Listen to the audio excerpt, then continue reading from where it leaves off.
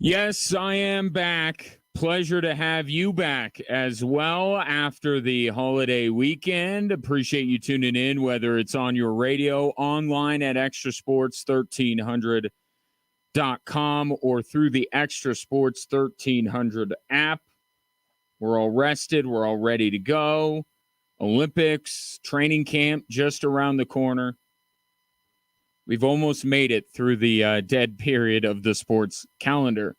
Although it doesn't feel dead on a day like today, maybe it's just because I've let 4 days worth of news pile up, but I will have a veritable cornucopia of sports topics for you over the course of the next 3 hours, and I would love to hear from you on them. Whether you want to text or call into the show, the number is the same, 719-247-1313. You can also hit me up on social media. X is probably the best place to go, at Gingerly Tweets.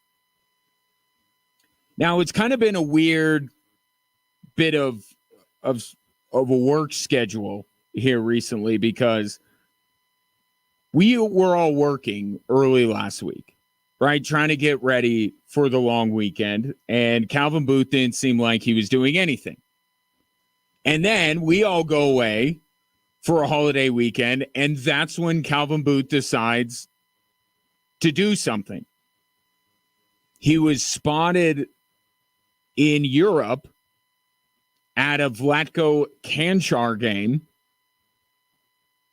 and that drew even more of an ire from Nuggets fans. Like, that's how you're spending your time? You're watching Vlatko, a guy that's barely been on the court for your team. This is the guy that you're spending your time with while the rest of the Western Conference is making these huge moves, and the East for that matter. You're out there getting some eyes on Vlatko. Well, we now know that he wasn't there just for Vlatko. And maybe predominantly he wasn't even there for Vlatko.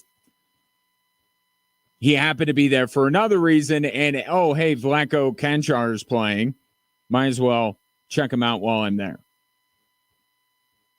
A reason, if not the reason, for Calvin Booth being spotted in Europe last weekend was because he was convincing Dario Saric to sign a contract with the Denver Nuggets, which he succeeded in getting pen to paper. Now, especially because of the timing, how much time has passed between the start of free agency, the number of moves that have been made, I don't expect anybody to be on the Fanatics website trying to order their Dario Saric jersey. But what I will tell you before I immediately talk about why it's not that important is tell you that he is a good fit. He's probably the closest thing the Nuggets have had. You remember Jokic talking about cloning himself at the end of that Minnesota series? Like, Dario Saric comes the closest of anybody not named DeMarcus Cousins that the Nuggets have had. Okay, is it still like for like? Is it an actual clone of Nikola Jokic? Absolutely not. But even DeMarcus Cousins wasn't that. But what Cousins gave the Nuggets and what Dario Saric will give the Nuggets is a guy that can actually plug into that spot on a nightly basis. And maybe, just maybe, Nikola Jokic can actually sit for the amount of time that Michael Malone has planned for him. How many times does Jokic come out of games and sometime into it, Malone whips his head around and points at Nikola Jokic to get him to go back in the game? Because he's been trying to play DeAndre Jordan once every week, once a week, once every 2 weeks. Like, they just didn't even have a guy that would go into that spot and would make sense. They had to completely change everything they did when Nikola Jokic went out of the game, and, a team would make a run or build on their lead, and then Jokic would have to come back into the game. Saric gives you an opportunity, and the Nuggets bench is still going to be one of the worst benches in the league. Like, I just want to get that out of the way. They're going to be one of the worst benches in the league. Still, they just are, because plus minus is a big factor in determining that. And when you have Nikola Jokic in your top unit, when he's not on the floor, your plus minus is going to go down the tubes. So I'm not saying that watch out, the Nuggets are going to have the best bench in the league. I don't think they'll be even close. But at least Dario Saric gives the Denver Nuggets an opportunity to sit Nikola Jokic for the agreed upon length of time and see what happens. And that was on the to-do list for Calvin Booth. Okay, Deron Holmes was not that. In fact, Calvin Booth even said on draft night that Deron Holmes is not that guy. Zeke Naji, definitely not that guy. DeAndre Jordan could only be that guy once in a great while. They had to get somebody to give Jokic a breather. And I think Dario Saric can do that. And because they didn't have that guy last year, this actually means that the Nuggets upgraded their bench with this signing. They absolutely did. And I'm not trying to completely understate the importance of, those minutes add up.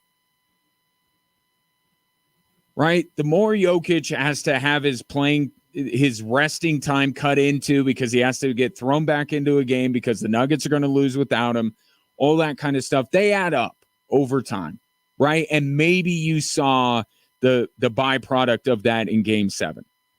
Okay. But I think there's a little bit too much made from it. I don't think you have to take a look at the entire season and say that was the reason why that Nikola Jokic looked gas at the end of that game. I think it's going back to his comments. He just didn't have any help. He was the only one that was actively keeping the Minnesota Timberwolves from rallying from 20 points down in that second half. He was the only guy. So I could look at what happened in the second half of Game 7 or at the end of Game 7 with Nikola Jokic and make it about that particular game or even that series, and I don't even have to look at the entirety of the year. But it's a good thing. Not talking load management, just talking if you sit the guy down and you want to sit him for 5 minutes, let the guy rest for 5 minutes and be able to survive. And Dario Saric gives you that opportunity. But even if you throw in how tired Jokic was at the end of that game, how high would it be on the list of reasons why the Nuggets failed to repeat as NBA champions or failed to beat the Minnesota Timberwolves? I mean, honestly, look at it. I'm not saying it's not part of it. How far would it be down on the list, and how many things above that on your list do you think that Dario Saric solves? Can Dario Saric get Jamal Murray healthy? Can Dario Saric keep him from throwing heat packs on the court? Can Dario Saric make Christian Brown a much better offensive player than he currently is? Can he keep Michael Porter from regressing in the playoffs? Can he guard Anthony Edwards? Can he do any of those things? And the answer is no, and I would put those above how tired Jokic was at the end of the game as more of a reason why. Because of these other things, they needed so much out of Jokic that he had nothing left. Dario Saric doesn't solve a lot of the Nuggets' issues in that Minnesota series. Losing Kentavious Caldwell-Pope is a bigger deal than adding Dario Saric. I think we can all agree on that, can't we? In the net, plus minus net rating, the Nuggets are not as good as they were at the end of last season today. They're not, because they lost Kentavious Caldwell-Pope, and that is a bigger deal than adding Dario Saric. The only thing that can make up for losing Kentavious Caldwell-Pope is if Christian Braun takes a step forward offensively and can play 30 minutes a game. Only Christian Braun can make up for the loss of Kentavious Caldwell-Pope.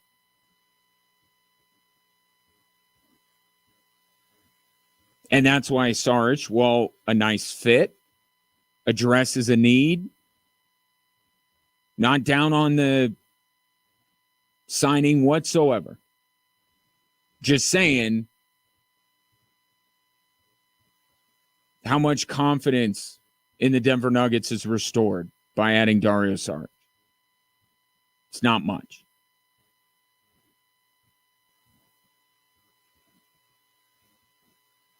Because if they keep Kentavious Caldwell-Pope, or actually, put it this way, if Christian Braun takes a step forward and Jamal Murray is healthy,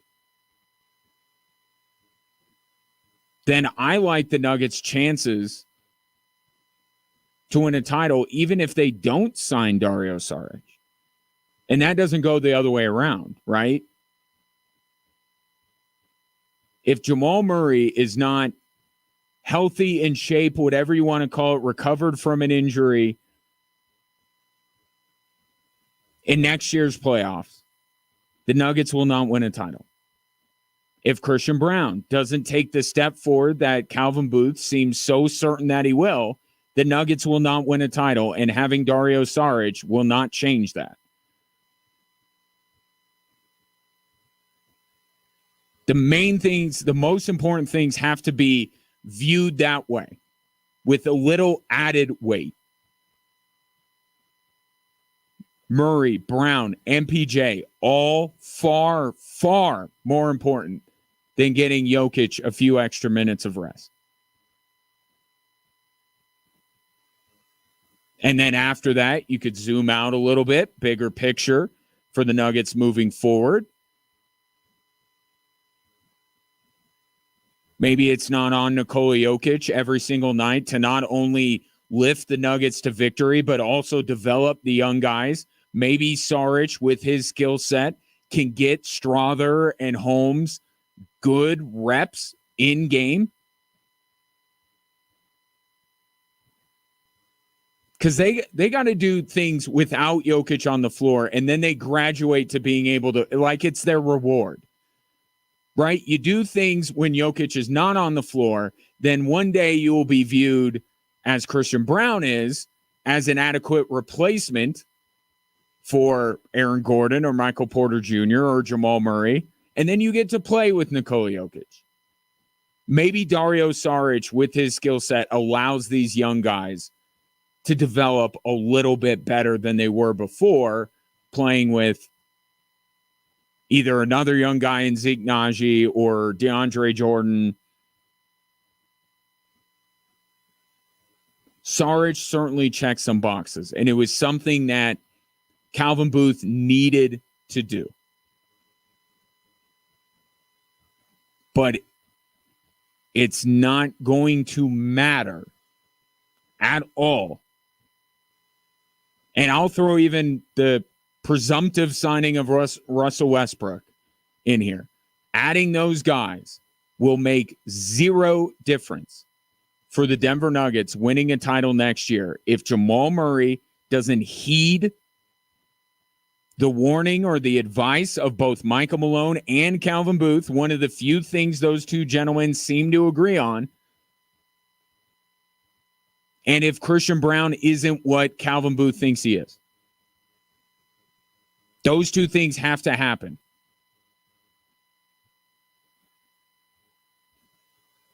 But at the very least, Calvin Booth did do something. He is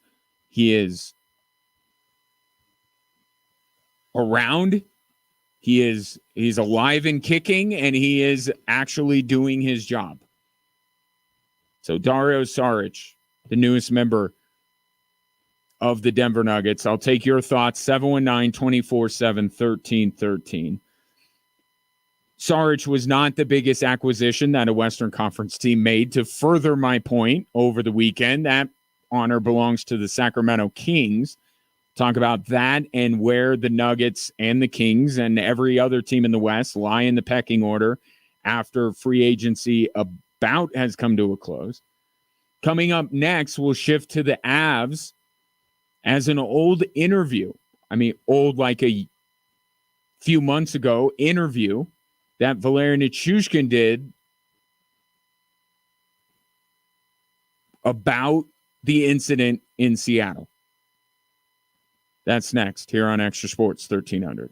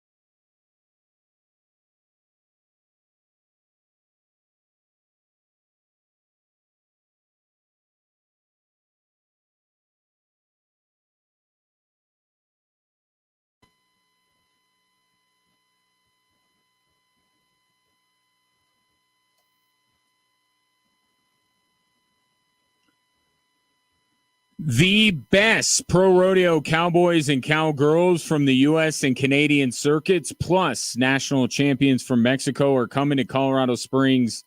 They're probably already here because the NFR Open at the Pikes Peak or Bus Rodeo begins tomorrow. And with over $1 million in payouts, they'll be riding to win.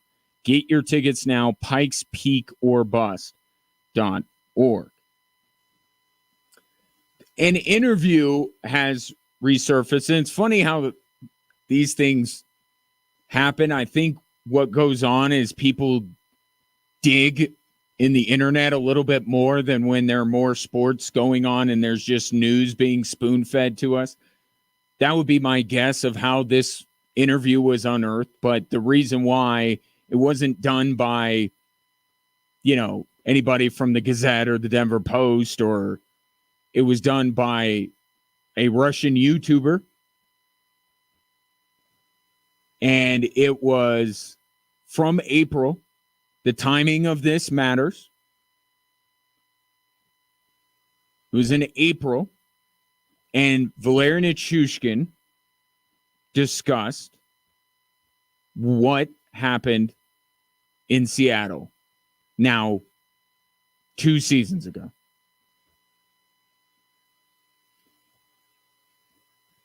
This has been translated, and I'll give Colorado Hockey Now the lion's share of the credit because they did the legwork. I do not speak Russian. I do not know anybody that speaks Russian, but Evan from Colorado Hockey Now does, and so credit to him for this translation. But Nichushkin said that he had a shoulder injury. We didn't know about this. He had a shoulder injury he had been dealing with. It was really giving him problems. The Avs have tried a couple of different medications. It didn't really work. And the decision was made that they were going to send him back to Denver. And he wouldn't be available till, in his words, through translation, till the end of the round.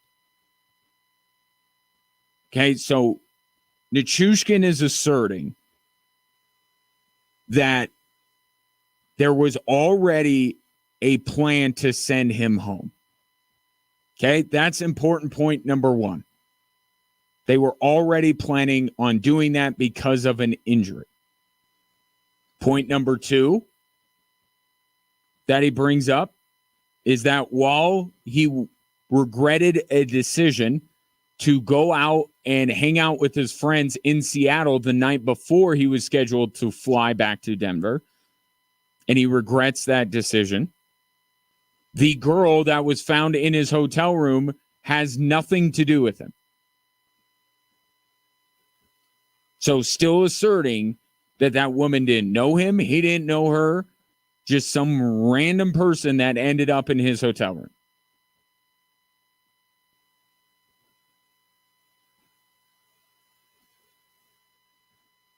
This still doesn't add up. It still doesn't. The Avalanche, at no point during all of this, say that he was hurt.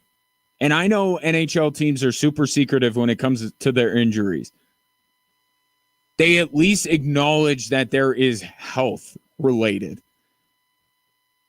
Right? They at least acknowledge there is an injury, because it would be very weird if a guy that was as good as Valeri Nichushkin just suddenly wasn't playing. And saying it was an injury, even if they were lying, right? Let's go down that road for just a brief second. Let's just say that all of this is a massive cover-up for whatever actually happened. We would have accepted a shoulder injury and he's not available as gospel, and we would have dropped it. Except for obviously the woman found in his hotel room. That would have still been a thing. But if they would have said he's hurt, that's why he didn't play. That's why we sent him home. This is unrelated. We would still be trying to figure out who this woman was. And maybe we would be jumping to some conclusions, fairly or unfairly. But the reason why Valerian Nichushkin was not playing in that series would have been generally accepted as an injury. The Avalanche, to my recollection, not once said he was hurt. The reason that they gave was personal reasons. An injury is not a personal reason, although an injury is very personal. You don't call something a personal reason when a guy is hurt. You just say he's hurt. He has an injury. He's banged up.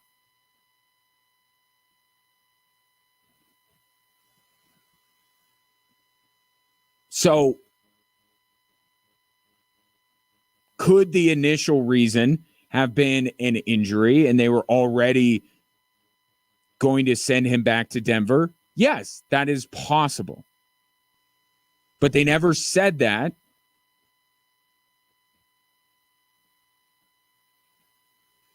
And that's why it becomes such a curious case. Because it's personal. Those are the reasons. Pay no attention to the woman who was in his hotel room. That has nothing to do with him. But why he's gone is personal reasons.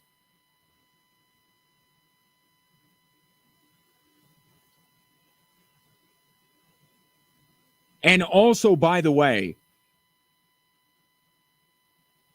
Nichushkin did not play at all the rest of the series. Even though he thought he was going to be available at the end of the series, he did not play. He claims in this interview that he would have been available for the next round. Something that we will never know, never be able to verify. But he says the plan was to send him back to Denver and have him ready for the end of a Game 7. Game 7 happened. He wasn't on the ice. We'll never know if he would have played. But part of me seriously doubts that he would have. Because I don't think this is just injury related. I'm not saying he's lying about the injury. I'm just saying the way that the Avalanche have been super secretive about this. And the Avs are known for being tight-lipped. But this is just, it's at an unnecessary level. If it's injury related, just say it's injury related and most people will drop it. We've moved on to another aspect of this whole Valerian Nichushkin thing, which I will get to in a moment. But they're being like above and beyond secretive and tight-lipped and not allowing him to speak. And to Val's credit, he does say in the interview that he thought he should talk about it. The Avalanche told him no. Why not? At least pull an Ohtani, at least read a prepared statement. They put Nichushkin in a situation where he sat up there and he told everybody to basically drop it, which is a completely unsatisfying answer to all of what happened. But why would the Avs put him in that situation if it was just an injury? So either there's even more to this than anybody has currently let on, or it was at the very least disciplinary for him going out. Right? I mean, what other conclusion can I come to with the information that has been provided to us? I can even set this mystery woman aside, as difficult as it is, because I am not a famous athlete. Nobody wants to get into my room, but I have never once in all the hotels I have stayed in ever have a problem where anyone has ended up in my room. It's never happened. Not by mistake. Not that, I got the front desk gave me the wrong room key. Never. So someone ending up in your hotel room is like not normal. But maybe it was just somebody that knew that Val Nichushkin was staying there and did something to, even if you set all that aside. They called it personal reasons. They called it personal reasons. They did not call it an injury. This has to be disciplinary in nature. It had to be. Whether from the league or whether from the Avalanche, it had to be. And I get it. This feels like ancient history. We're talking about something that happened 2 postseasons ago. But why it's still relevant is, one, because we still haven't gotten even close to the entire story, or at least the entirety of the truth, right? I firmly believe that. I don't know what's missing other than I think it was disciplinary for something. But why this isn't done and dusted, why this isn't buried yet, is because now we have back-to-back postseasons where when the Avalanche need him the most, their most important games of the season, Valeri Nichushkin has priorities outside of his team. It is a pattern that's starting to emerge.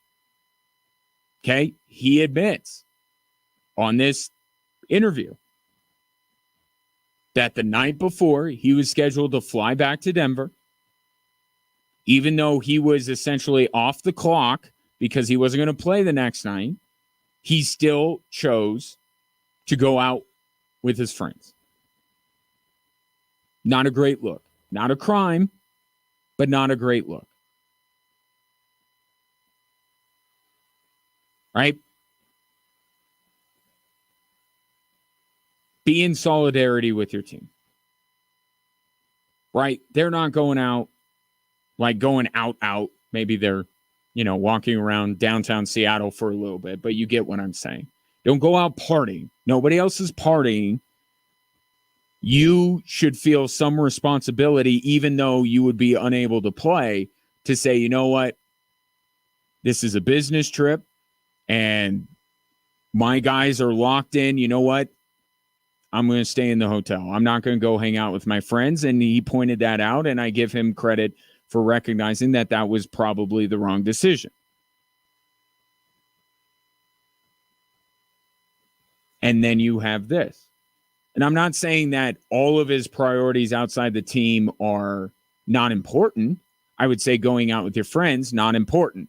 Having a drug abuse problem is more important.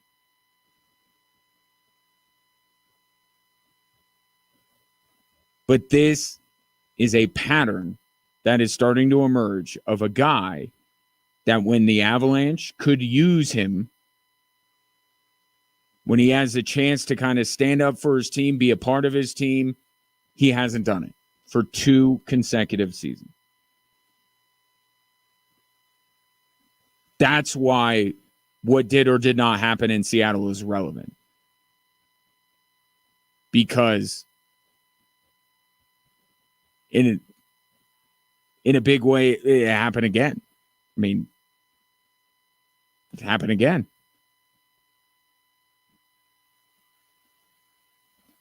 Another report from Chris Johnston, NHL insider, cleared this up over the weekend. The Avs can trade Valeri Nichushkin right now if they so choose. They could. And I didn't know. I thought maybe there was some kind of protection under the player assistance program. There is not, according to an NHL insider. But the Avalanche are, quote, hoping to help rehabilitate the player and the person. A noble gesture. And I do think that the Avs are a franchise that tries to do right by their people. But what goes hand in hand with rehabilitating the person and the player is rehabilitating trade value. And don't think for a second that right now the Avalanche will get the very least that they could possibly get for Valeri Nichushkin.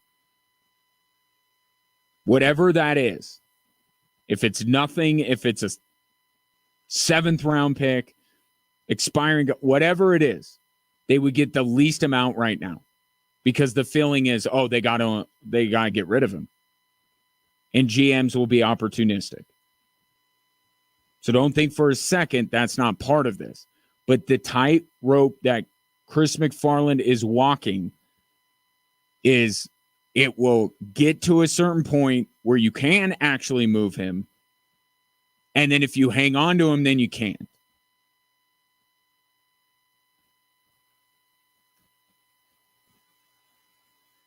Because I don't think you can let your Stanley Cup hopes ride on this guy anymore. I don't think you can.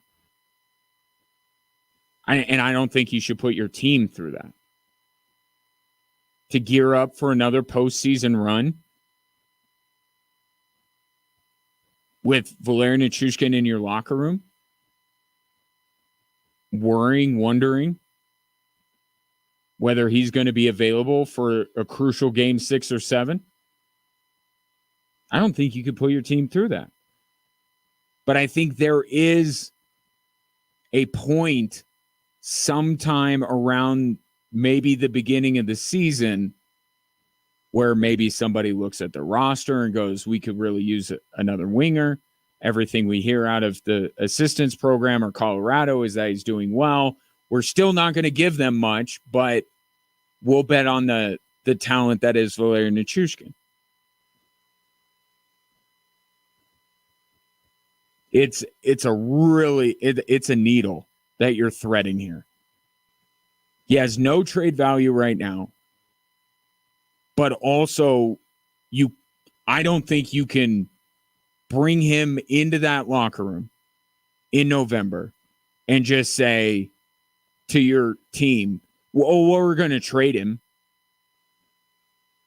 Or you don't have to say it, just the understanding of, hey, the players don't care about that. Players, if they're upset, if they're as upset with Valerian Nichushkin in November as they were at the end of the playoffs, or at least somewhere close to it, they're not going to be okay with the idea of, well, maybe the organization is just letting him play, and then when he puts up numbers, the Avs can trade him and we could get somebody that helps us.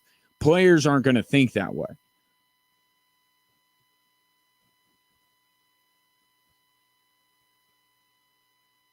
Either you're with this guy or you're not.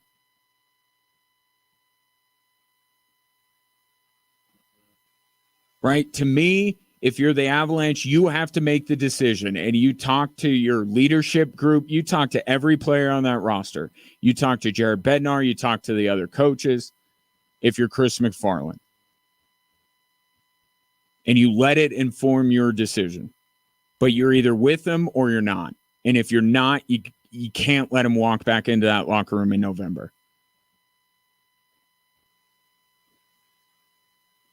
I don't see how they are other than they're completely hamstrung by the contract, and Valerian Nichushkin's still a really good player. But again, you're running the risk of him bailing again.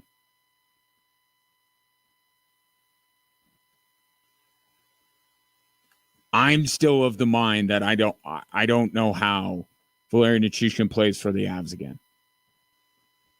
In a perfect world, I think the Avalanche get rid of him.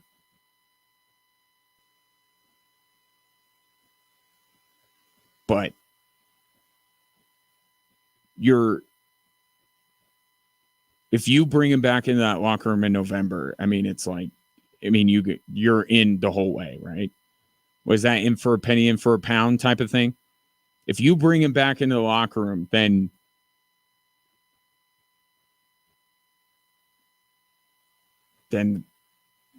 you've made your decision. 719-247-1313. Take your thoughts. Where are you at now? Because, they say time heals all wounds. I didn't think Gabriel Landeskog, the last Av that we heard from, was all too pleased with Valerian Nichushkin. So I don't know how much the Avs have gotten over this. Have you as an Avs fan? 719-247-1313. More Drive Time Sports after traffic and weather.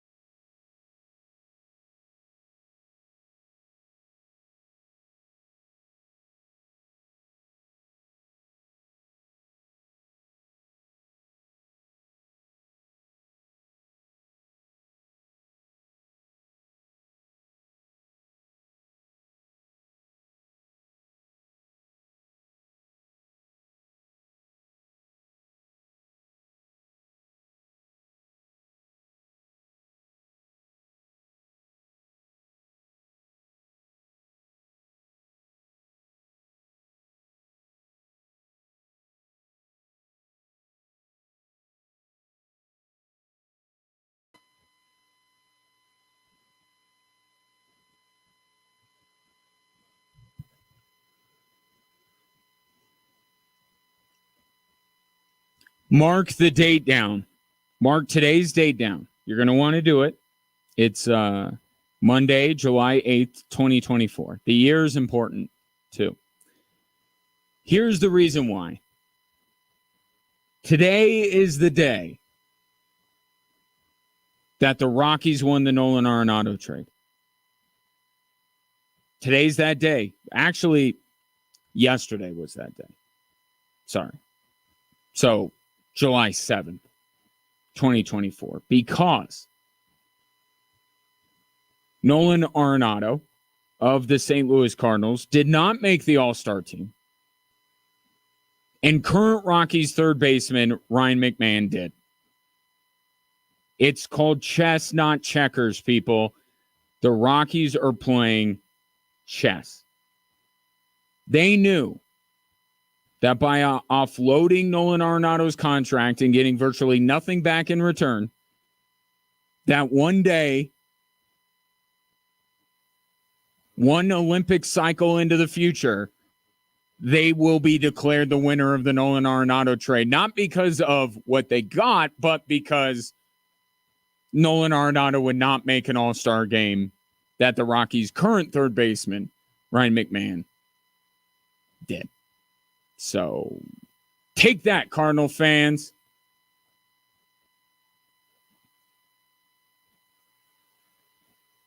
Could Ryan McMahon be a first baseman or a designated hitter? Yes. Could Nolan Arenado have been a designated hitter for the Rockies? Yes.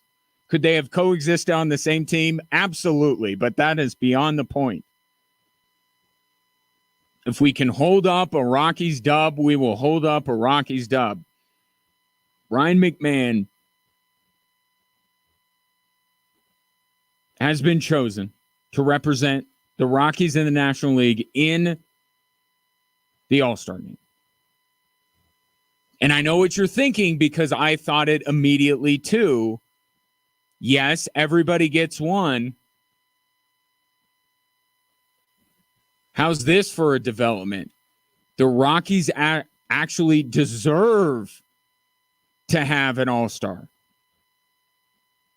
Well, Rockies are just stacking wins.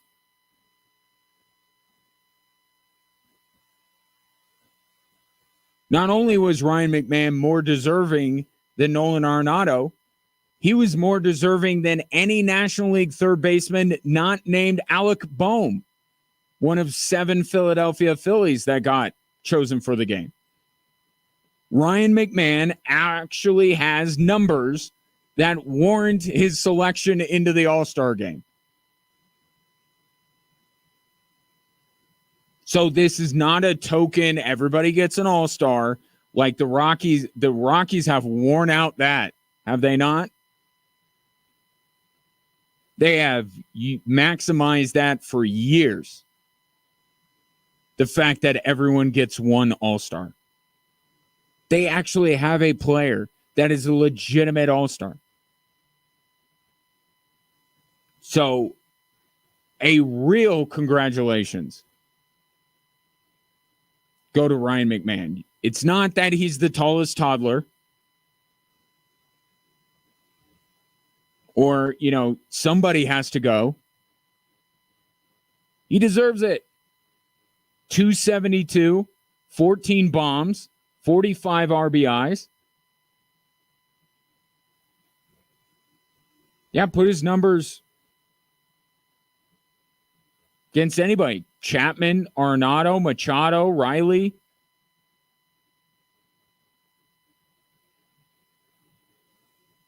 He's the second best third baseman in the National League. And it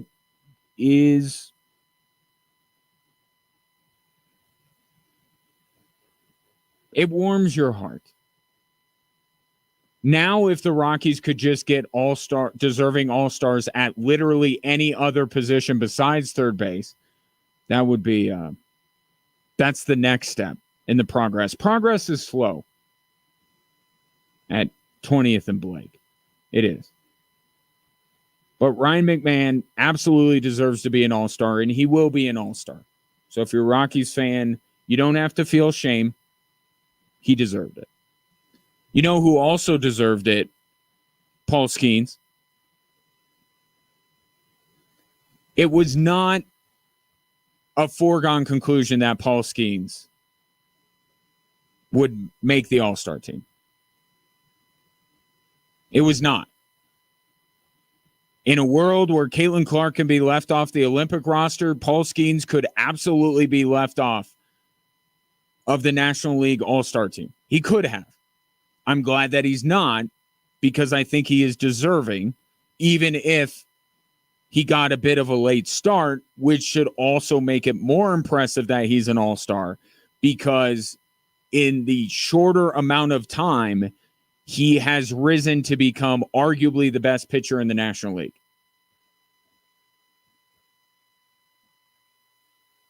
And you will also get the additional benefit in you being baseball, so I don't know why I said you.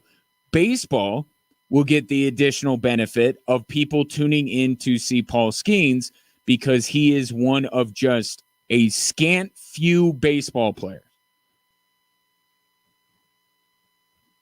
that are must-watch television. It's Ohtani. It's Judge. It's L.A. De La Cruz, if you can find him. And it's Paul Skeens.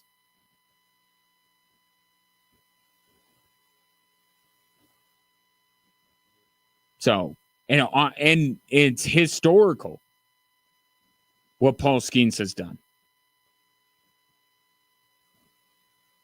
He gets drafted number 1 overall last year.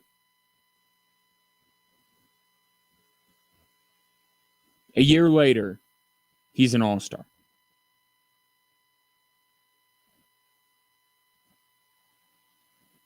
By the way, I saw a stat that the number of strikeouts that Paul Skeens currently has through X number of outings is the same amount of strikeouts that Nolan Ryan had through that many games. This dude is special. And I could see what's the gold standard of an all-star pitching performance is Pedro Martinez. Remember Pedro Martinez? Where he faced 3 of the best hitters in baseball and mowed them all down. Just boom, boom, boom. Right? That's the gold standard of pitching performances in the All-Star game.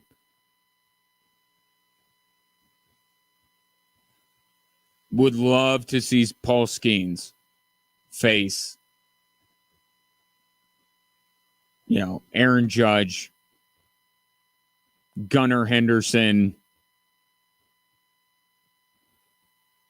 Insert your third best American League player here and have a chance to mow them all down in order. Actually worth tuning in to the Major League Baseball All-Star game to see Paul Skeens pitch. And it cannot go unmentioned, even though you are well aware of this by now. He pitched just right up there. If you're watching on our social media platforms, you see clearly that the direction I am pointing in is towards the Air Force Academy. He was there. And now he's making history being named to the National League All-Star team. And he 1,000% deserves it. He might not have made it, but he deserved it. And, of course, everyone saw that Livy Dunn got balloons and celebrated the occasion with Paul Skeens. America's new cutest couple, Paul Skeens and Livy Dunn. But that dude has been a beast the moment he got to Pittsburgh. And he hasn't slowed down yet. And you're just, whether you're an Air Force fan, a Pirates fan, LSU fan, it doesn't matter. If you just enjoy, not even baseball, if you just enjoy a guy that can overpower their competition, worthy competition, and he just overpowers them, you gotta want Paul Skeens in there, and you gotta just knock on wood or do whatever your own belief system allows you to do to make sure that Paul Skeens is protected. He must be protected at all costs. He cannot be the latest guy to go down to what all these other pitchers. He must be protected. 719-247-1313. Take your thoughts. Ryan McMahon, Paul Skeens among the chosen for the upcoming All-Star game. Coming up next, another Western Conference. They believe they're contenders. Let you decide. But another notable Western Conference team makes a notable addition. So now it gives us a chance, with the Nuggets finally making a move, to truly assess what has gone on over this free agency period. Where do the Nuggets lie in the pecking order in the NBA's Western Conference? That topic next on Extra Sports 1300.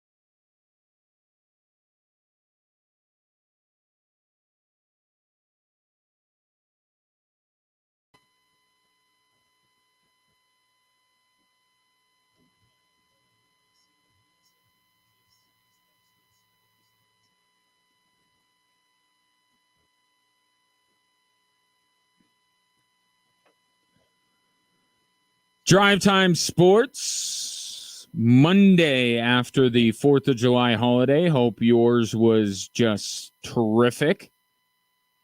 Let's keep a little bit of rush up there. 719-247-1313 if you want to get back in the chatting mood when it comes to the day's biggest sports topic. The Nuggets news of the weekend, if you missed it, was that Dario Saric is now a member of the Denver Nuggets. His name had been bandied about quite a bit since free agency opened. And for what he is going to be used for, I think it's a good move. Calvin Booth needed to upgrade the second unit, and he did with Dario Saric. But there's kind of two downsides to it. One is that they are now hard capped against the second apron, and they can only sign vet minimum guys from here on out. So we're all waiting for the Clippers to cut or buy out Russell Westbrook. And then maybe, just maybe, Russell Westbrook will become a member of the Denver Nuggets. And it's just the reality that you have to live with is that while the hard cap, or while the second apron is not a hard cap, or else they would call it a hard cap. I know I just said they were hard capped against it, but there's a nuanced difference. But it really doesn't matter. It really doesn't. You can be done worrying about the second apron, because the only thing you need to know for the Nuggets is that the only guys that they can add from here on out are vet minimum guys. Don't even bother with anybody that is worth more than that. It's not a buyout market. The way Reggie Jackson got to the Nuggets, that's all they can do. Their team is pretty much their team as they are right now. But even if it's not by definition a hard cap, the Nuggets seem like they're not willing to go over it. It is their own hard cap. And they're not the only NBA team, mind you. This isn't just a Nugget thing. Now, if there was any team that would stretch that would laugh in the face of that second luxury tax apron besides the Boston Celtics, maybe you would look in the direction of the team that won a title just before they did. But alas, that is the reality.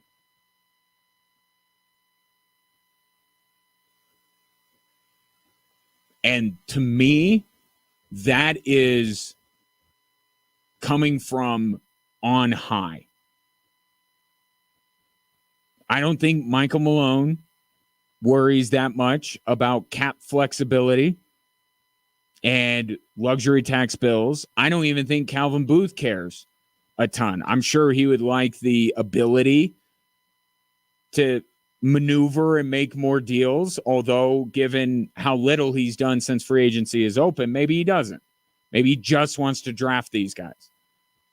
That's it. He just wants to draft. But the Nuggets not going through the second apron, I don't think you could put that on Malone, certainly. I don't think you can even put on Calvin Booth. I don't. He may see eye to eye with ownership, but this is an ownership decision, just like it was an ownership decision in Boston by Wyc Grousbeck to say, we're re-signing everybody. Okay, so quarrel with it if you want, but know who you're quarreling with.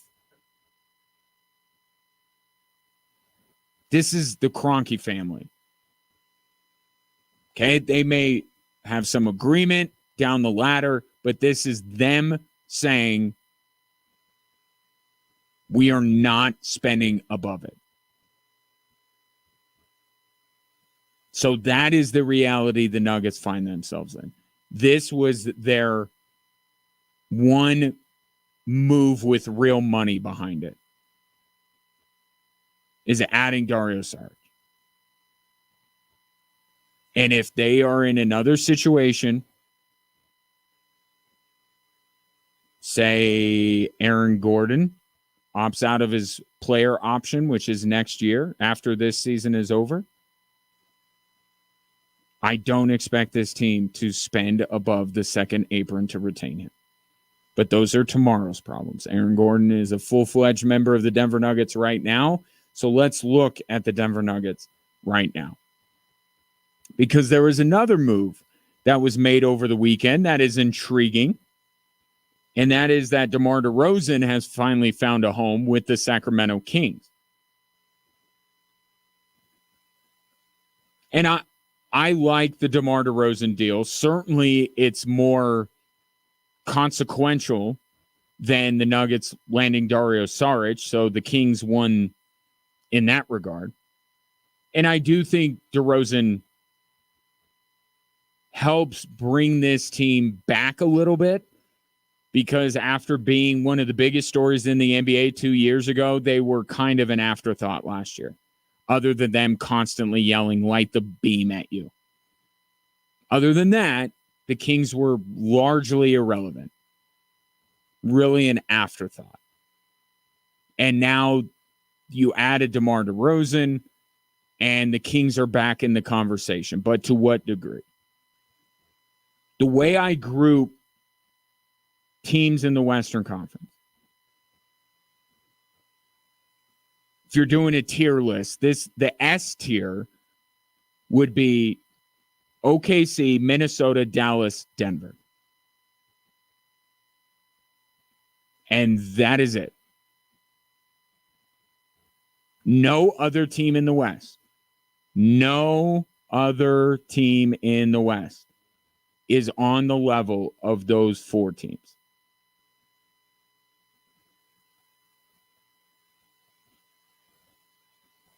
I would, if there was some, and maybe there is some kind of a bet out there. I don't know how deep betting markets go.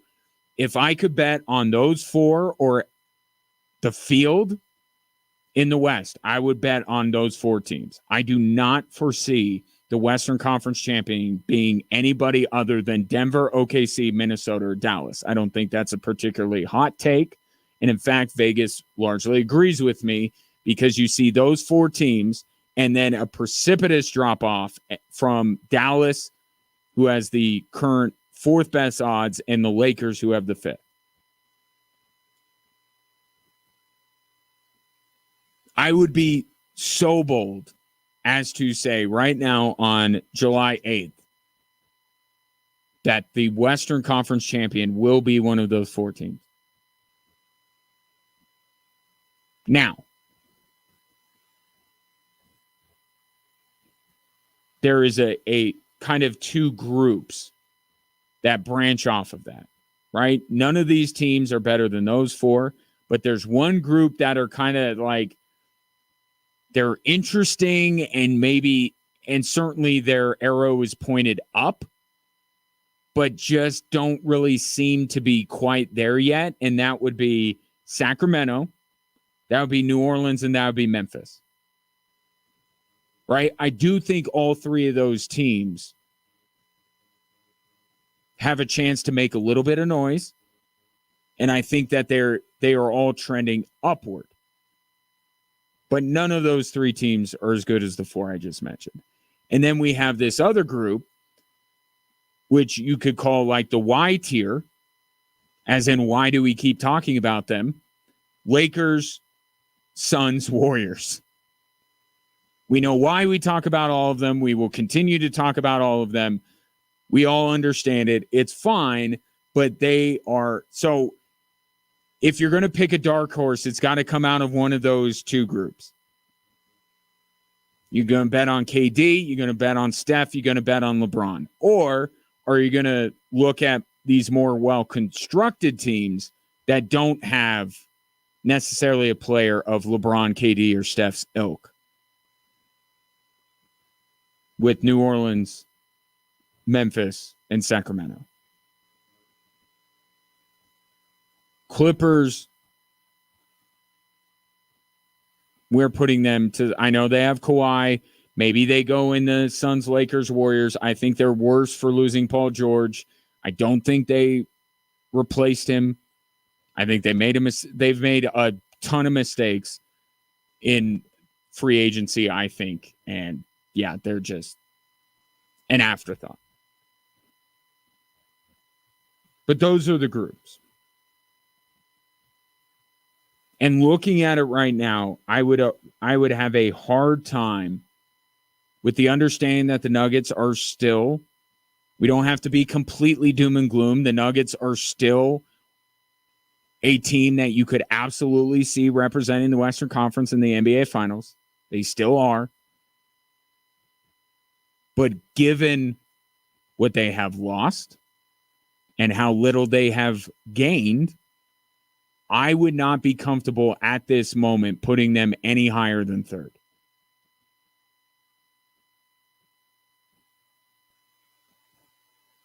I wouldn't. And you can make a case that they're fourth in that group. You really could. And it's not just losing KCP. Okay, it's the criticism that was levied at Jamal Murray that I think is warranted. Is that going to be heard? Michael Porter continuing to fade as the playoffs go on. Christian Brown stepping in, all of this kind of stuff. They could be fourth. I have them third.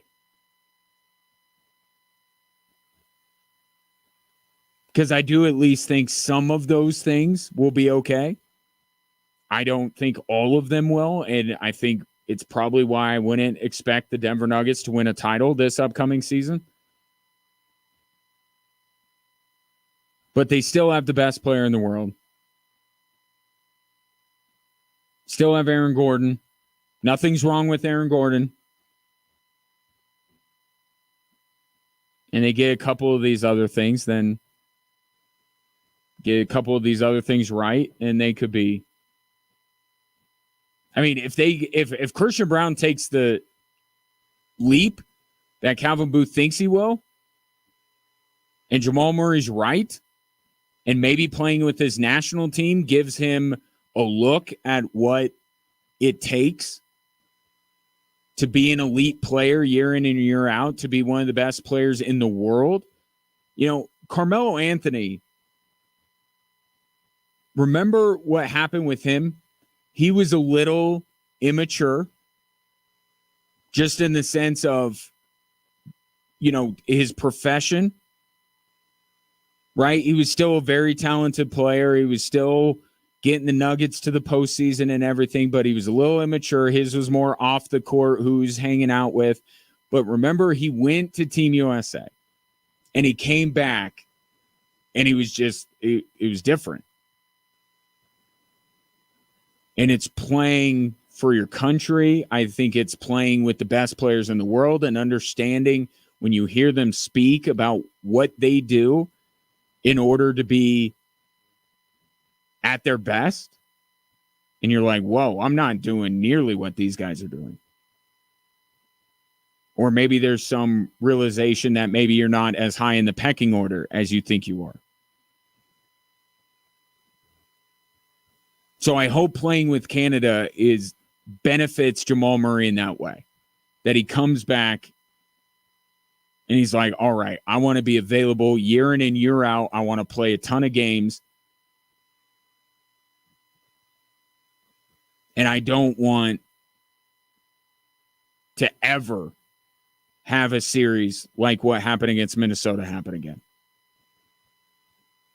I'm going to get my body right, my mind right, and be the guy that I was 2 years ago, or last season, I suppose, is the way I should phrase it. Be the guy I was last season all the time. And help deliver the Nuggets another title at least.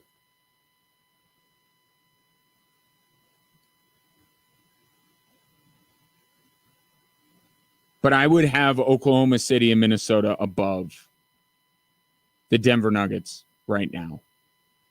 And Dallas, Denver, flip a coin. I don't think Clay is a huge needle mover for them, but they still have Luka. They still have Kyrie, a very talented backcourt. The younger guys that they got midway through the season, can they make a jump? I think Derek Lively is going to be a really good player in this league for a long time. But I think right now, Oklahoma City and Minnesota are the two teams in the West that really you don't have major questions about. They didn't get worse, right? Minnesota at the very least stayed the same. I think they got better with Rob Dillingham. I think Dillingham makes a difference for them this year. In Oklahoma City, I don't have to tell you how much better they got. The only question I have with OKC is, are we a little too quick to anoint them? And I'm not saying we're quick to anoint them as an elite team. They are one of the NBA's elite teams. But the core of this team just now went through the postseason. Okay, think about how many postseasons the Nuggets went through. And so the Warriors before they won, right? That scar tissue that builds up, does it build up enough through just one? Because Minnesota was as experienced probably as OKC was. 2 years ago. Now they came back this year and they still fell a little bit short. There were moments in that Western Conference final where you felt like the Wolves weren't dealing with success very well. Right? They were able to knock off Denver because that was viewed as an upset. Right? The Nuggets kind of caved a little bit. So they jumped out to a 2-0 lead, and then what happened? The Nuggets came back on them, and then the pendulum swung back the other way.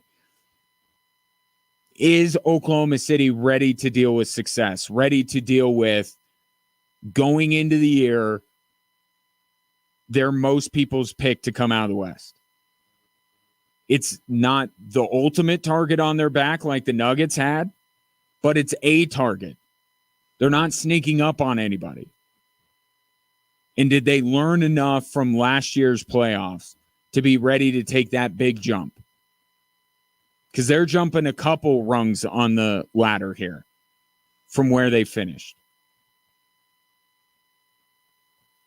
I'm not down on OKC at all. I think on paper they are the best team in the Western Conference. My question is not even a referendum on them. It's just something that happens through experience. That's not their fault. In fact, it's a credit to them that they're here this quickly with this young core. And a young head coach, by the way. But I just wonder if OKC is ready for all of that. I'd almost say from that standpoint, Minnesota's in a better spot than OKC is.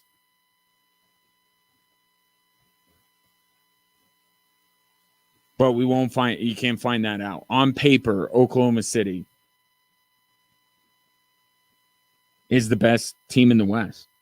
OKC 1, Minnesota 2. I have Denver 3, Dallas 4. And then if my fifth team gets a huge caveat, if there's one team that you told me I got to back one team that is not Denver, OKC, Minnesota, and Dallas, do I get Zion from the play-in? If I get Zion from the play-in before he got hurt, it 100% is the New Orleans Pelicans. Above the Lakers, above the Suns, above the Kings. They're the next team up, without question. Do I get that Zion? Because now I get that Zion, I get DeJounte Murray. Maybe Brandon Ingram, or who knows, maybe Lauri Markkanen. I don't know what's going to happen with New Orleans and Brandon Ingram. I like Brandon Ingram as a player. I really do. I like him even better now that they've added DeJounte Murray. And I like him the best because of what I saw from Zion before he got hurt against the Lakers.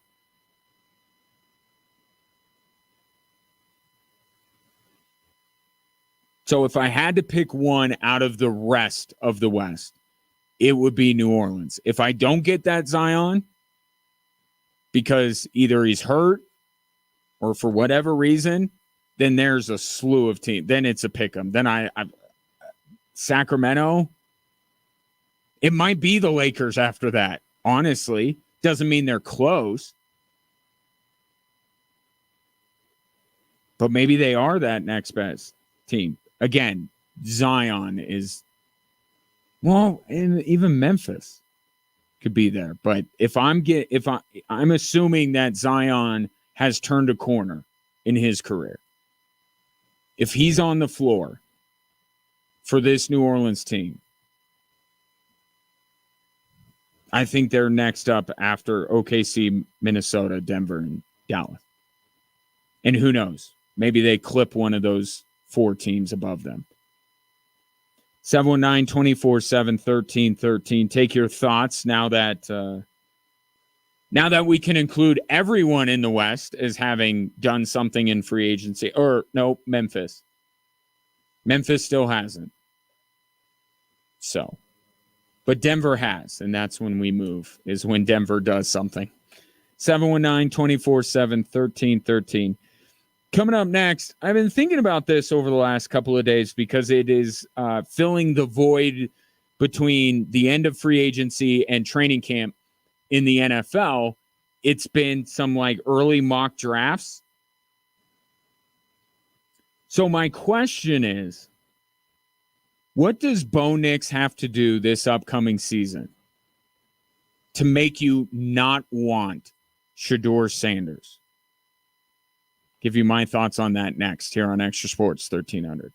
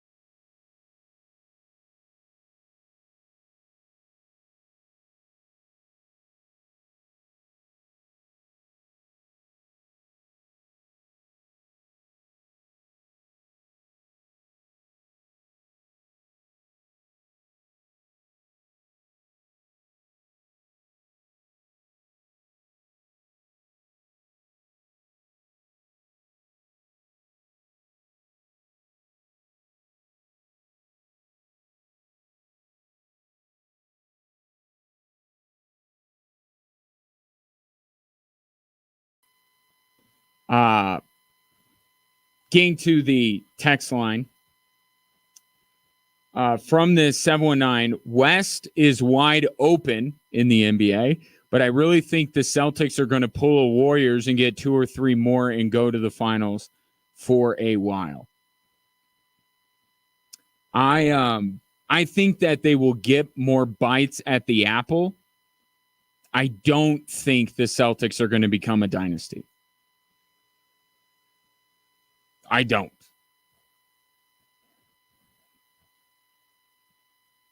Because I could see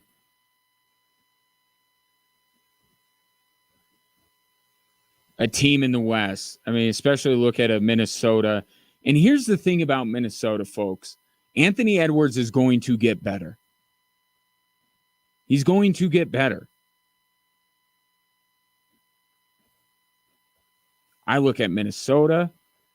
I look at Oklahoma City and say in the not so distant future, they can have a better roster than Boston does. Not to mention, if this upcoming season, we finally get the matchup that we wanted this year, which was Boston-Denver, not Boston-Dallas. Who want to see Boston-Dallas? Nobody. Want to see Denver-Boston. Denver, I really wish they would have played him this year. I got to see what Christian Brown is. That's what I got to see. I don't see Boston becoming a dynasty. I don't. Could they win back-to-back? I think it is conceivable that they go back-to-back. But, I give them all the credit in the world for spending the way they have.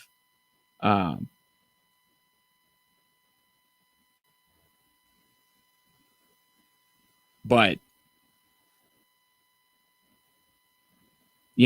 Porzingis has got 2 more years. The new owner, if they do end up selling the team, the new owner, how's he or she going to feel about them committing all this money? Will they be trying to move off that deal? Drew Holiday's 34. So,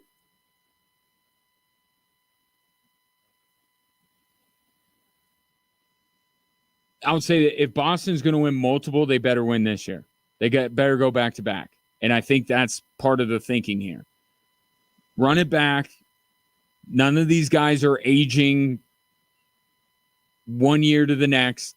These guys are all still relatively young. We got everybody under contract. Let's go. And that was the problem with Denver. Okay, I get it. You couldn't afford Bruce Brown, but you didn't do a good enough job replacing him. And then you lost your opportunity to go right back. And the Nuggets should have been able to. And Bruce Brown being gone is not the primary reason, but it's a reason. I would just say Boston should strike while the iron is hot. Go ahead, go back next year, win again, and then we'll see with the dynasty.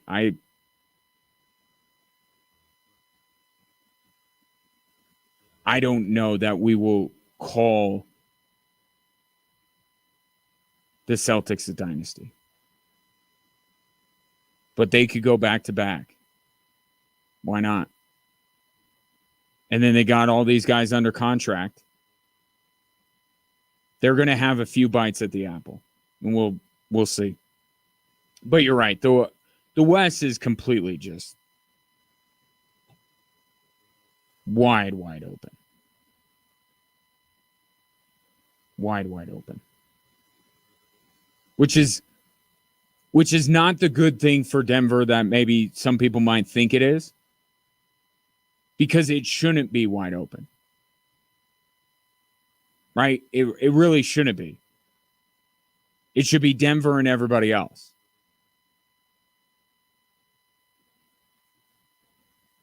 And the West caught up to them that quickly. And they looked that fragile in their run to repeat. So the West is wide open, but it shouldn't have been. It shouldn't be yet. But some front office decisions, some players on the team making some decisions cost them. And maybe that's what I'm looking at Boston through the lens of. I probably shouldn't limit Boston in that way.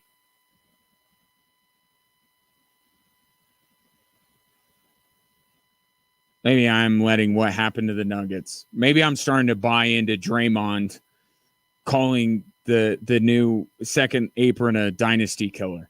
Maybe that's what I'm feeding into a little bit. I think Boston can win again next year for sure, and then we'll just go from there. But Philadelphia, they have some questions to figure out, but Maxi's only going to get better. Everyone forgets about Milwaukee. The Knicks, I think, have become a legitimate threat. So the window's never open for as long as you think it will be.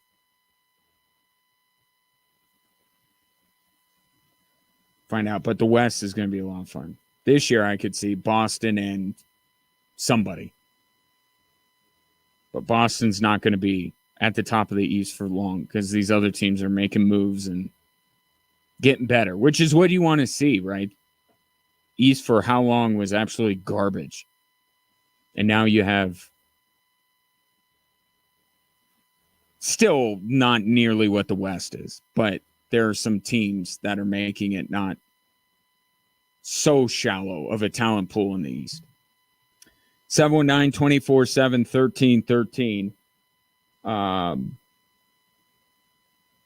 So a lot of mock drafts are coming out right now, as I mentioned. And I've seen more than a few that have had Shedeur Sanders as a member of the Las Vegas Raiders, which would be, that'd be tough. That'd be tough for a lot of people around here to see Shedeur go to the Raiders. But I was thinking about this as it pertains to Bo Nix. And this thought has never really been lost from my mind because I thought about it the night they drafted Bo Nix. I thought about it leading up to this draft. Shedeur's better than Bo Nix. Right? He's better. So when I think about and I'm not talking about what the Broncos will do, because I think it would be quite a shock unless Bo Nix was a disaster, that Sean Payton would cut bait, run, and grab Shedeur. But I'm saying from a fan base perspective, what if you are a believer in Shedeur? Maybe you're not a believer in Shedeur, and I'd love to get your reasonings why at 719-247-1313. But let's say you believe in Shedeur and you feel some kind of way about Bo Nix. From a fan perspective, what does Bo Nix have to accomplish this year to make you go, yeah, I know Shedeur's a better quarterback, but I'm good with Bo Nix? And I think the answer is I could throw a lot of numbers your way. I think it's quite simple, really. And I don't even know that it's all on Bo Nix to do this. I just think they have to be out of range. I think that's the only thing. I think the Broncos have to be so far out of range to draft Shedeur that you go, well, we have no other choice. Because I don't know that Bo Nix is going to show anything this year that will make you go, yeah, in a vacuum, I'd rather have Bo Nix than Shedeur. And I think the season he's about to put together in Boulder is going to make you feel even more strongly that Shedeur is better than Bo Nix.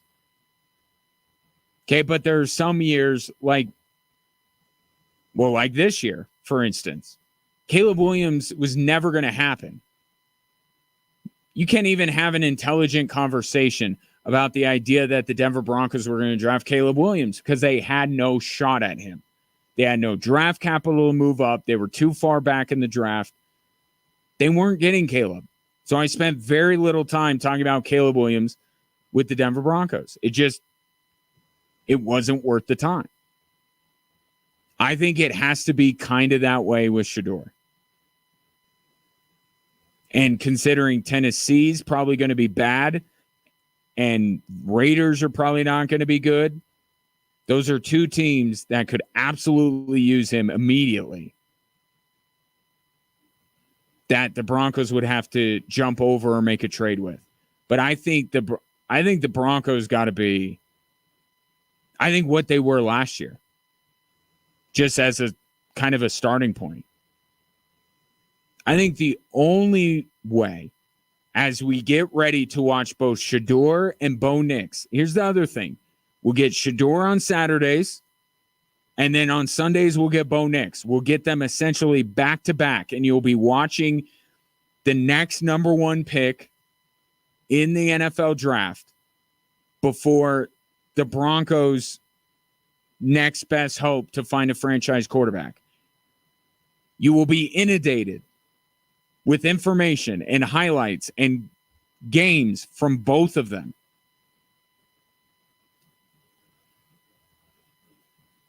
And I think it's reasonable to expect Bo Nix to have some issues. This is not me saying that Bo Nix is going to be awful by any stretch of the imagination. I'm just saying if the Broncos are bad enough to be, let's say, in the top 5 with Shedeur sitting there, there will be a lot of Broncos fans that will be like, just, what, we only spent a number 16 pick on Bo Nix. Like, we want Shedeur. Those drum beats will happen. I think that the Broncos have to win so much, and maybe that's a big part of because of Bo Nix. But whatever the reason, I just think that the Broncos have to win enough that they're not even close. And Bronco fans can just put that out of their mind. It's Caleb Williams. Forget it. Not going to happen. He is so locked in as the number 1 pick or the number 2 pick that the Broncos have no chance at him. I think that is the only way where you would objectively look at a Bo Nix for Shedeur swap in essence and say you'd rather have Bo Nix.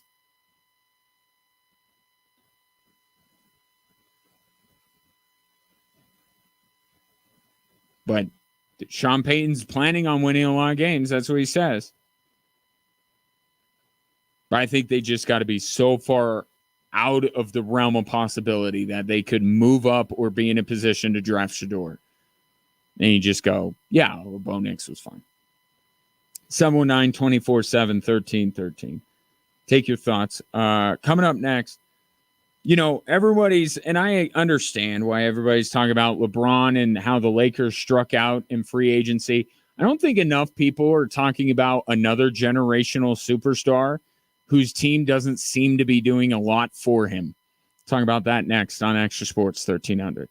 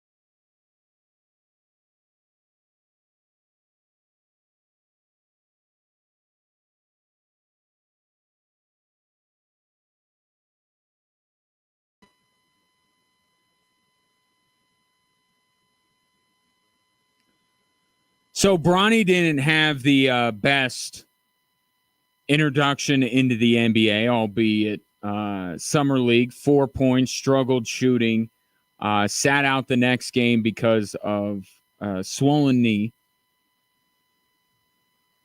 And the dynamic with him is so different because you look at summer league, and summer league, whatever. Right? Last year, the Nuggets' best player at Summer League was Hunter Tyson. So you watch it for entertainment purposes only. You can watch it as a little bit of scouting, but you can't take too seriously, like any preseason, you can't take too seriously what you're seeing, especially from rookies who are playing in their first NBA game, albeit against lesser competition.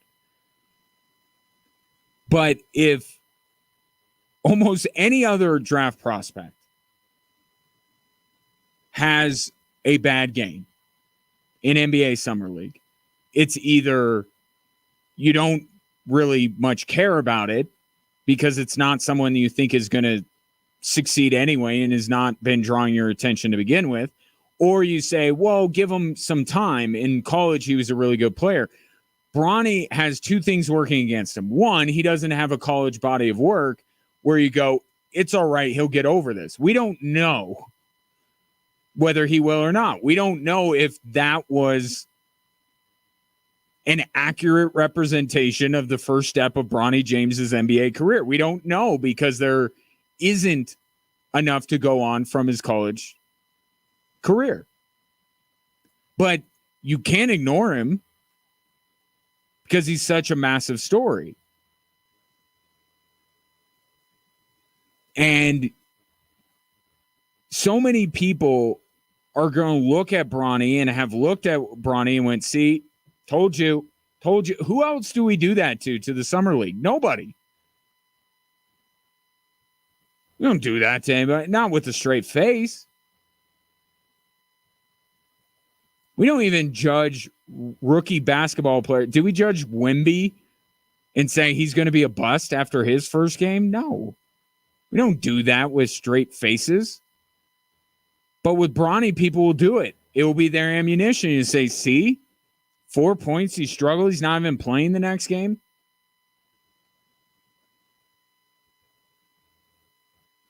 But if anybody wants Bronny to fail, I don't think it's because of Bronny.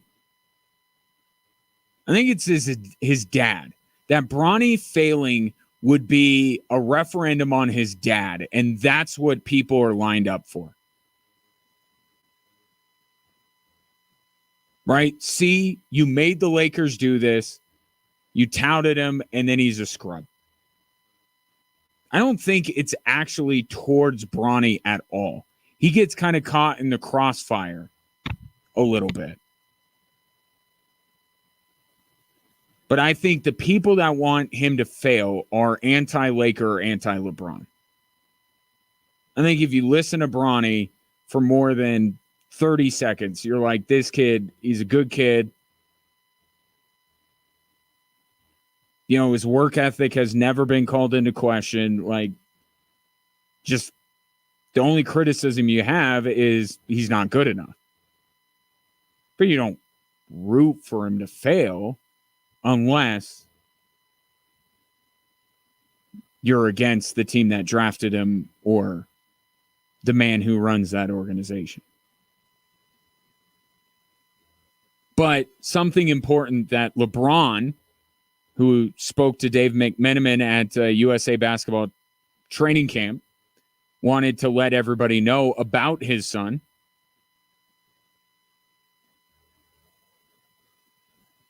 Bronny doesn't give an F. Said he goes to the gym, works hard, comes home, plays video games. He doesn't care. Which, by the way, just make it the Laker mantra for this year already. Like, what is with the Lakers and not giving a bleep?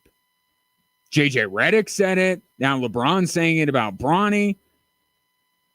Like, just make it the official hashtag for the year. On every Laker tweet, hashtag don't give a bleep. Just do it. Lean into it. In fact, I think the 24-25 don't give a bleep champions would look nice next to the in-season champion banner that they currently have at Crypto. Embrace it. Own it. Kind of feels like the Lakers are. Which, by the way, when was the last time you heard a couple prominent members of an organization speak that way? I mean, we all cuss, right? But introductory press conference for a head coach, the first sit-down interview to get the thoughts of LeBron on Bronny, and he's dropping F-bomb. Like, what is that about? This is not me being, like my ears. I don't care. If the FCC wasn't here, I wouldn't bleep that. Well, ESPN bleeped it. Like, I don't. But just like, it's kind of a weird thing for that to come up twice in a relatively short amount of time in the face of criticism. So just own it. Make the t-shirt. Print it on a towel. I don't know. But LeBron also talked about how the Lakers failed to land any of these free agents that he wanted. And he said, look, it takes two to tango. Guys didn't want to be here, blah, blah, blah, blah, blah. I don't think we're focusing enough on the generational superstar whose franchise is not helping him. Look at what Steph Curry is going through. Now, I don't think it was wrong for them to let Klay Thompson walk. Okay, but your answer is Buddy Hield? Your answer is Kyle Anderson? Like, this is what you're doing to surround Steph Curry?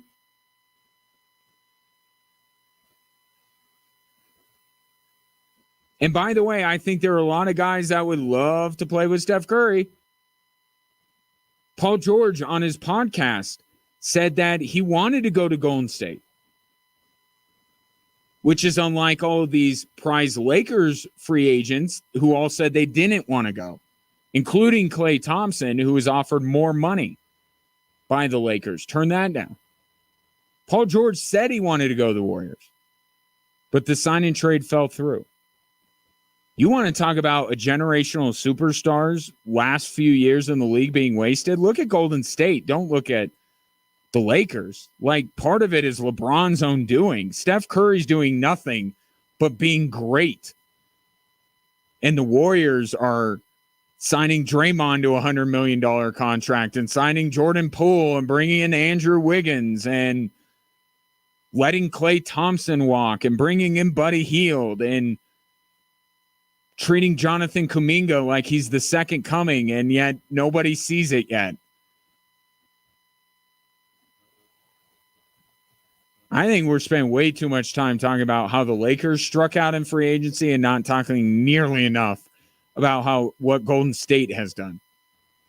No wonder Bob Myers jumped that sinking ship.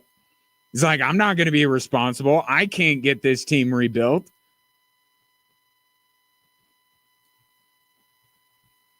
It's actually quite remarkable that they won the last title that they won, with Andrew Wiggins being the second best player on the Golden State Warriors.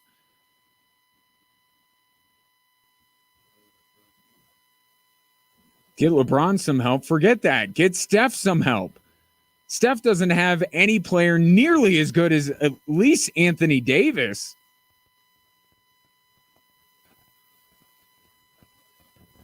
That's the guy. But I guess because he's won so much that, and he's quieter, right? There's something to be said for that. Squeaky wheel gets the oil or whatever. Yeah, the Lakers are the squeaky wheel. Golden State's not, but man, what's Steph Curry supposed to do with that motley crew he's got in Golden State now? 719-247-1313. Coming up next, we'll hit the three stories that are driving the show. Also, something that I don't think I've ever witnessed in sports debate history. It's all next hour here on Extra Sports 1300.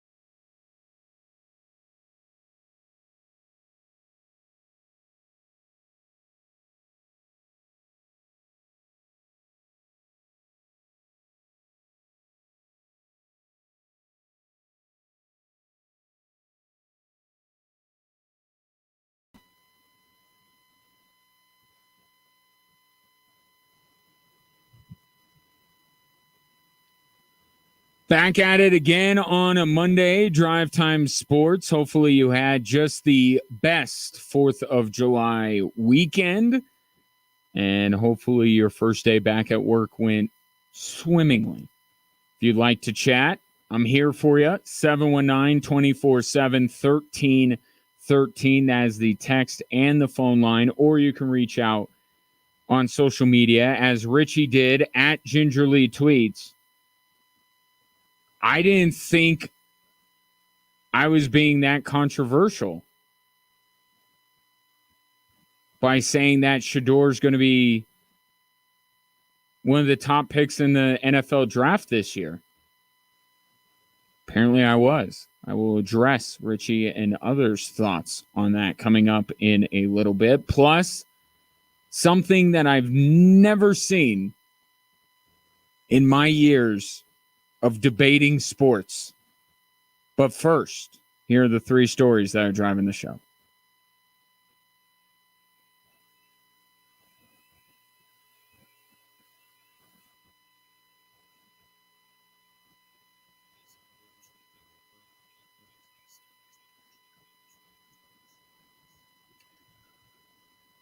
All right, guess what? Calvin Booth is actually still employed and authorized by the Denver Nuggets to make moves. He finally made one over the weekend. 10 seconds to shoot. He gets a pick from Saric. Penetrates to the right elbow. Back to Dario. Left alone for 3 straight away. He got another one. That one all net for Dario Saric. That is KTAR on the call. Dario Saric becomes the newest member of the Denver Nuggets, signed to a 2-year deal. This was the move. The Nuggets could only make one of these kind of moves with real money behind it, a real free agent deal, before they would be up against the second apron, which it sure seems like the KSE group, the man at the head of that, is not allowing them to spend above. Because then why isn't Kentavious Caldwell-Pope still with the Denver Nuggets. So this was everything from here on out is vet minimums. And maybe Russell Westbrook becomes a vet minimum because he's bought out by LA. We'll see. But for what Dario Saric is going to be asked to do, I think it is a solid acquisition. He is the closest thing the Nuggets have had to a legitimate backup for Nikola Jokic outside of DeMarcus Cousins. Right? Brings some of the same skill sets to the table. He's not nearly as good. That's not what this is about. But this is about having a player that you can look to every night, not once every 2 weeks like DeAndre Jordan plays. Look at a guy every night and say, he is Nikola Jokic's backup. When Jokic is out, you're coming in, and maybe, just maybe, the bench unit can survive. The plus minuses are going to still be incredibly out of whack. But this is a guy that fills that particular role well. And if they do end up addressing the need at guard for the bench unit, you could objectively look at the Nuggets bench and say they are better than they were last year. And that is something that Calvin Booth needed to accomplish this offseason. But the bench will not be the reason why the Denver Nuggets win another title. Yes, their bench, Christian Brown, Bruce Brown, was a reason. It's not going to be the reason. Right? So the more important group of Nuggets is worse by swapping out Kentavious Caldwell-Pope for Christian Brown. Okay, that's the more important group. The Nuggets are worse there.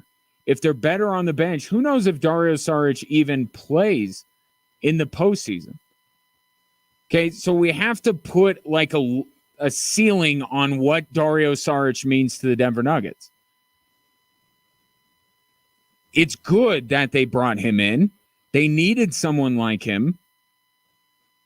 And I think you could see it go well in the regular season.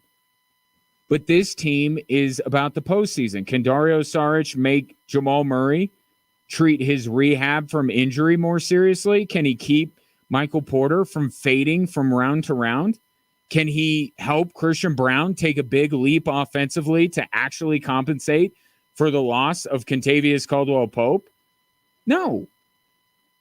So the bigger issues that emerged at the end of that Wolves series, they still exist, and they cannot be answered by Dario Saric. And that's why I say you can't look at the Nuggets in the aggregate here and say they're better. They're not better. Are they still one of the 4 best teams in the West? One of the 4 teams that you can legitimately see representing the Western Conference in the NBA Finals? Yes. They absolutely are that. But that's because of Nikola Jokic. That's because you've seen what Jamal Murray is when he's right. It's because of Aaron Gordon. That's because of what this starting 5 was. I cannot, however, put the Nuggets as the favorite to come out of the West. They're not. I would have them at best 3rd, and I've really thought long and hard about putting Dallas above them.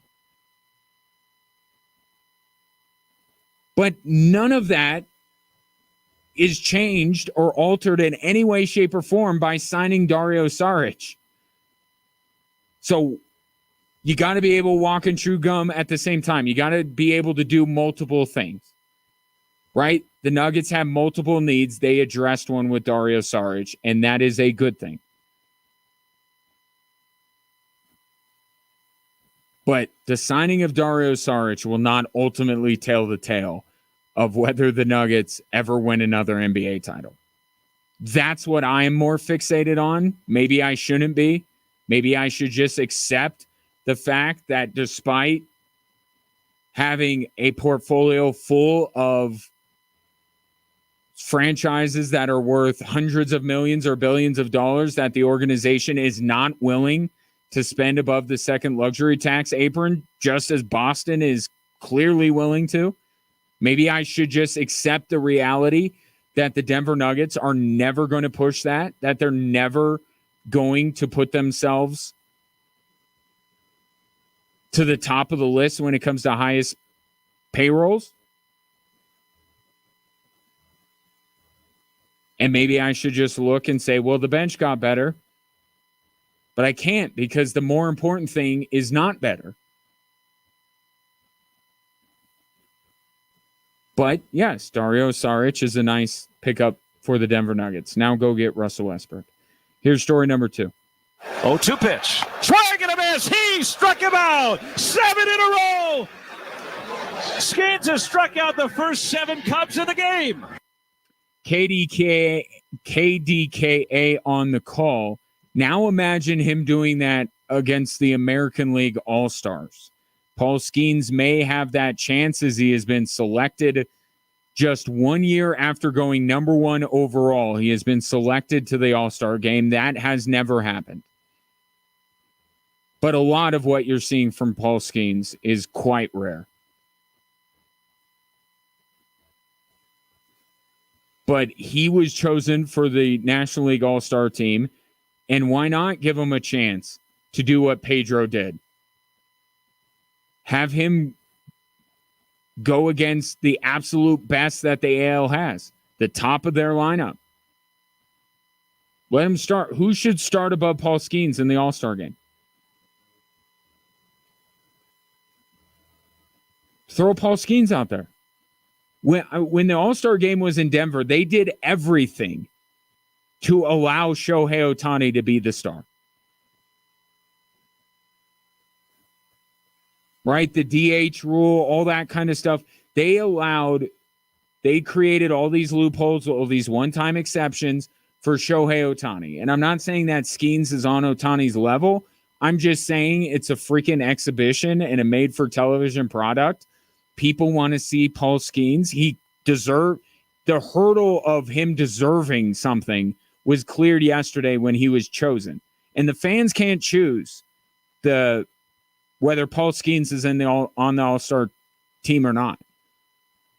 He was chosen by his peers to be worthy of being a National League All-Star. So now you do the thing for the people. You give the people what they want. You throw Skeens out there against the best the American League has to offer. Gunnar Henderson, followed by Aaron Judge, followed by Adley Rutschman, or whoever else you want to throw in there. I'm having a really hard time coming up with the third best player in the American League right now. But you get my point. Like, let him face the AL's best. Don't save him till the 7th or 8th when half of us have tuned out already. Like, throw him out right away. That being said, Paul Skeens should be protected at all costs. And if this is going to put him in a precarious position with his, spot in the rotation with the Pirates, then maybe rethink that. But if it works out and you're not putting additional stress on him, have him start. Best on best. That's what we tune into All-Star games for. And if Paul Skeens is pitching the 8th inning when all the American League starters are out, is that really best on best?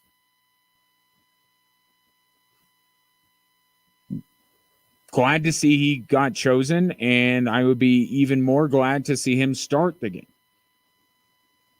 Also, Ryan McMahon was the Rockies representative. Yes, everybody gets an All-Star, but Ryan McMahon deserves it. Outside of Alec Boehm, you can make an argument that Ryan McMahon is the most worthy National League third baseman there is. Yes, even more than Nolan Arenado. So when the Rockies get their one player, and if you're a Rockies fan, you're waiting all game just to see the one guy, just know that he does deserve to be there. He's not just chosen because everybody gets one. And that is not something we can say about a lot of previous Rockies All-Stars, at least since the Nolan Arenado trade. He was quite worthy every year. So, congratulations to Ryan McMahon, who is putting up a season that the Rockies should reward him for by trading him to a team that is worth a crap and allowing him to play meaningful baseball. That's how the Rockies reward him. Something tells me they're not going to. Story number 3 today is an interview from a few months ago that was done in Russian with Valeri Nichushkin, where he explained his side of things when it came to that incident in the Seattle hotel. He said that he was already scheduled to fly back to Denver because he had a shoulder injury that the Avalanche were having a heck of a time trying to remedy. So they were going to save him for later on in the series. He was already scheduled to fly back to Denver because of that. He still asserts that the woman that was found in his hotel room has nothing to do with him. But the admission of wrong by Valeri Nichushkin was that he had friends in Seattle at the time, and knowing that he was not going to be playing the next day and he was going to be flying back to Denver, he decided to go out and party with his friends. And he said that he regretted that. It wasn't a good decision, but still didn't say it's still him going back to Denver because of injury.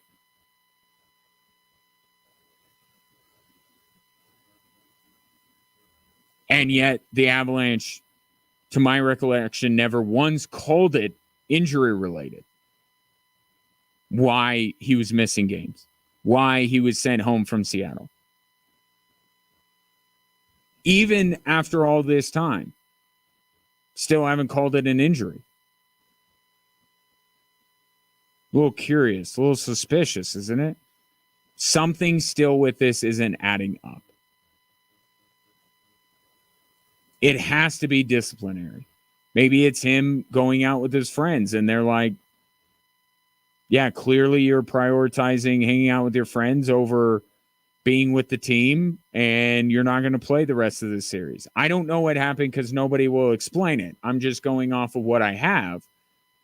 There has to be more. You don't call it personal reasons. You don't make every attempt to not mention an injury. And you send Valeri Nichushkin up there to tell everybody to drop it. And he said the Avs told him don't say anything. You don't do that for an injury. So there's more to it still that we haven't heard and we may never hear. Why this is relevant is because this is a guy that for 2 years now seems to have some other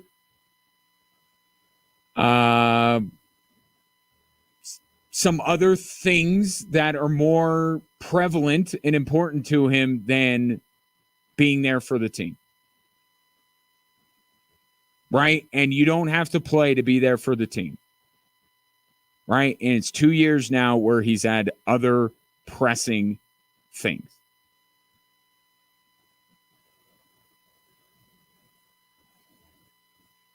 Another report out from Chris Johnston says that the Avs can trade him at any time. They haven't because they're trying to rehabilitate the player and the person, which is probably a bigger story than what he said about the Seattle thing, to be quite honest. But they tie into one another.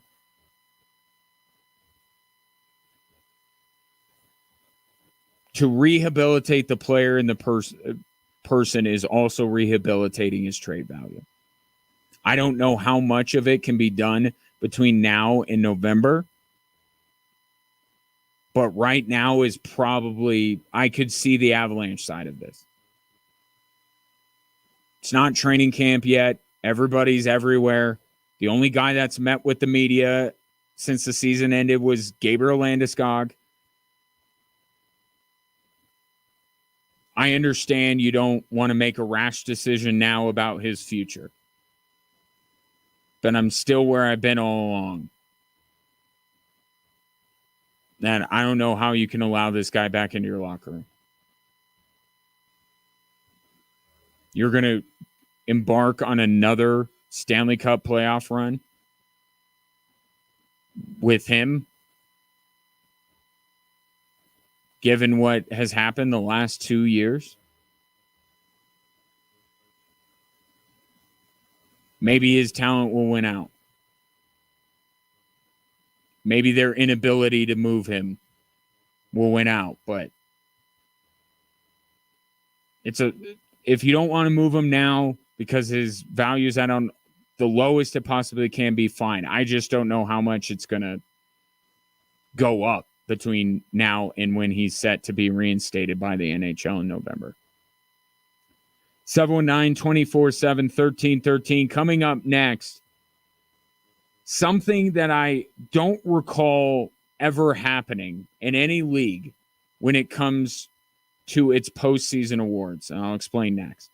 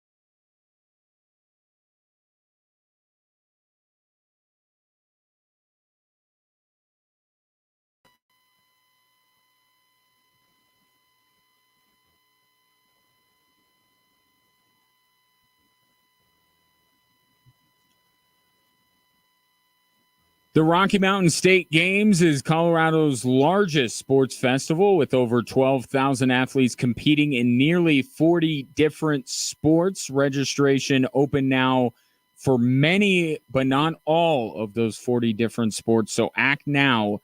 Learn more at RockyMountainStateGames.org. This is open to athletes of all ages and abilities.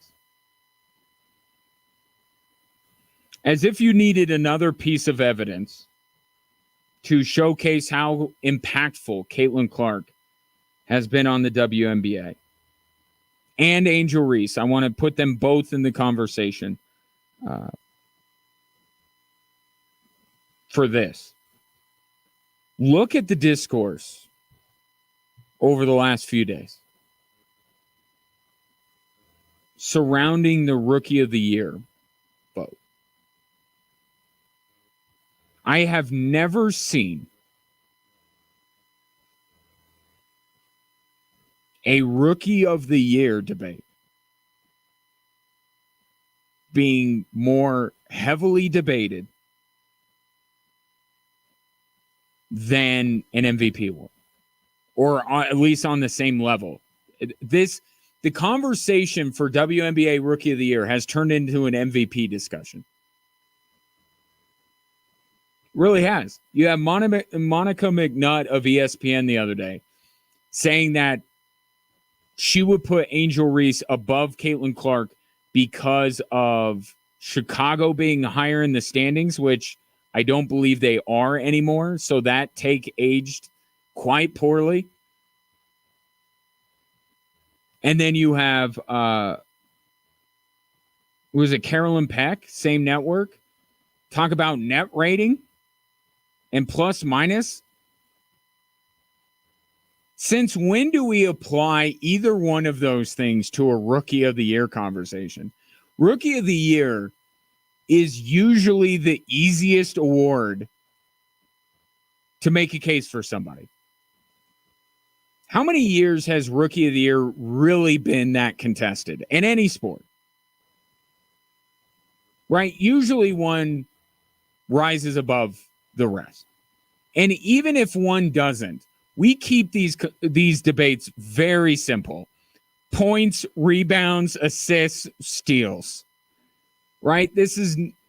We don't really get into it. We look what rookie has the most points. Okay, cool. They're the Rookie of the Year.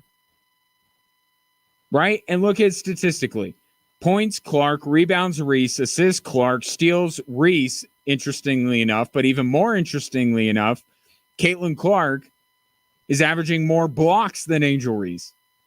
So, yeah, you add up all those stats, it's pretty even. And I'm not saying that, and I want to give credit to Angel Reese and how well she has played lately to make this a conversation. It's a conversation. I just didn't realize we went that in depth on Rookie of the Year conversations. I thought it was very surface. Because statistically, I would say that Caitlin Clark has the most important statistical category in Rookie of the Year voting going in her favor, and that's scoring. But even if you look at all these numbers and say, wow, it's a toss-up, I got to find something else, I think you would just look at, you just trust your eyes and be like, what Caitlin Clark is doing on a night-to-night basis with Indiana. I mean, she's plays almost every minute. She's wholly responsible for almost every point that they score. And yes, all of this other stuff that she's playing with, like it's expectation, right? Caitlin Clark came in with the weight of the league on her shoulders. Angel Reese didn't have that. Caitlin Clark did. And she's performing up to expectation. Yeah, she hasn't been perfect. She hasn't been the most polished player. But if you're judging her against these other rookies, Yeah, I think she's meeting expectation, maybe even exceeding it. But I don't have to go into net rating or wins and losses to see that. I'm just watching, and I'm like, yeah, Caitlin Clark's the rookie of the year. We don't usually go more in depth than that. We look at some numbers, and then we just go off of gut. It's the MVP where we really get in the weeds. Because why? Because MVP is more important.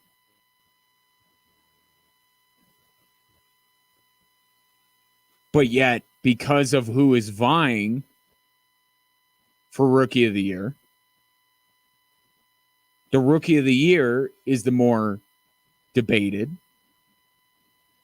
more hotly contested, and the award debate that people are going super deep into. Even in years, because Asia Wilson's going to win the MVP by maybe it's going to be unanimous,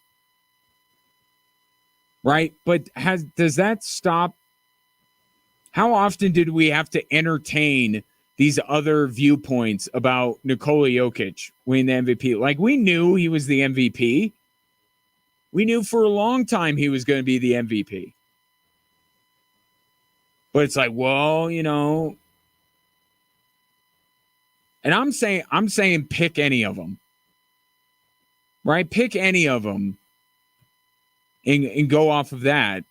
We've had to introduce a lot of different people, if for nothing else, just for some to talk about. I have no problem with the exercise, but like, I think one year he was a vote shy of being unanimous. Like, there's some years where there's not a debate. I'm sorry, but we still make one. Right? And that's what's remarkable about this, to me, is that we're having this kind of a debate over the lesser award. But in many ways, it's actually the more important one this year, isn't it? Because this year is about Caitlin Clark. And the most prevalent antagonist in the Caitlin Clark story is Angel Reese.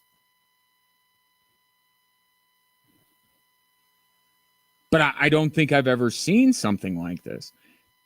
Was this what it was like in 1980? That was before my time. Was the Rookie of the Year voting between Bird and Magic? Or has any time?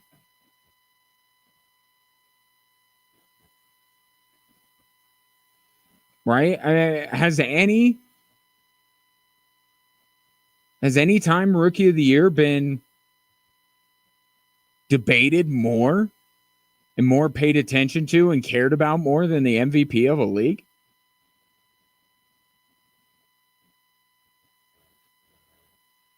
I don't think that's ever happened. But we are in a different era in the WNBA for sure. But you gotta give Angel Reese a lot of credit here. And I continue to be so glad that she pivoted from the villain to, I'm going to be a rival. Right? Outperformed her in their last meeting, and has this double-double streak. The Sky are winning games. Like, I'm glad that Angel Reese has found the more productive path. Because now you can look at both of them, and I know the vitriolic conversation still exists, but in the mainstream, it's just, wow, Angel Reese is really good, but so is Caitlin Clark. I love that this debate is happening, and I think it is a credit to Angel Reese, maybe even more so than Caitlin Clark, just because I think a lot of people coming into this year were like, oh, Caitlin Clark's going to win Rookie of the Year. There's no doubt. Angel Reese was picked way down. She wasn't even the top pick of her own team. So credit to her for making this the debate. I've seen some of the takes. I'm like, wow, I didn't think we had to do that much homework on Rookie of the Year. I just thought it was leading scorer or a gut thing. Plus, minus, wins. And by the way, also part of the reason why it's so bizarre that somebody would make the argument that Angel Reese deserves Rookie of the Year or deserves to be the pole sitter. We're not talking about, anybody winning at this juncture, but just who's ahead at the midway point of the season. That's where all this came about. It's weird to make that argument when both teams are kind of mid. I mean, really, they're both below 500. They've both been playing good basketball. I'm not saying that's where they end up, but to make that argument now about how Angel Reese is contributing to success, what success? They're not the best team in the league. They're not the second best. They're like the last two teams in the playoffs if the playoffs started today. And we recognize that there's kind of only a few elite teams and everyone else is just kind of in the mix. It's weird to say your argument for somebody is how they're impacting winning when their team actually isn't doing that much winning or hasn't done that much winning to this point.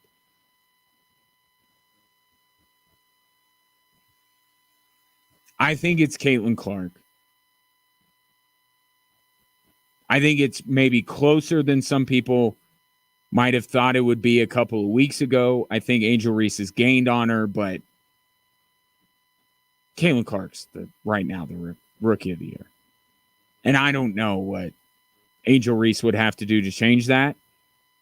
I think it's probably enough for her to not for her. She would like to win Rookie of the Year, but it's enough that she's in the conversation that we're having this. This isn't slowing down, by the way. At every juncture where you kind of take a breath and you're like, all right, this is kind of where people start to move away. Nope. Maybe when NFL training camp starts. And I would say the Olympics, but what do you think one of the bigger Olympic topics is going to be? Why isn't Caitlin Clark there? This is not slowing down. Not anytime soon. And as far as the WNBA and who the most talked about players are and the momentum that Angel Reese and Caitlin Clark, that's not. Maybe the interest in the WNBA for this season starts to wane a little bit when football comes back around. But in terms of the balance of power, if you will, in terms of who the stars are, it's Clark and Reese, and it's going to continue to be Clark and Reese. And then we're just going to throw Paige Beckers into the mix, and Cameron Brink's going to come back. And it's going to be like, can either one of them battle Caitlin Clark and Angel Reese? They've taken the spotlight. I don't think they're going to give it up anytime soon. And it's not a bad thing, despite what some people may tell you. 719-247-1313. Take a break. I didn't know that backing Shedeur as arguably the best quarterback in this draft was such a hot take, but apparently it is. I'll answer your texts and tweets next.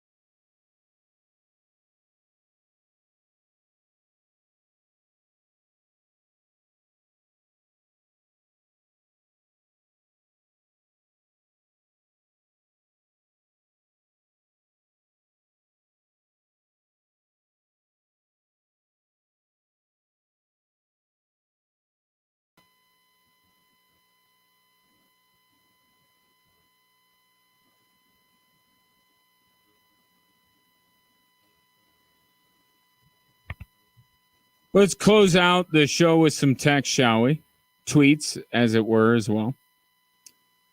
Albert says, come on, Ryan, give the Nuggets a break. They got their championship. Give them another 50 years. It's the Nuggets after all.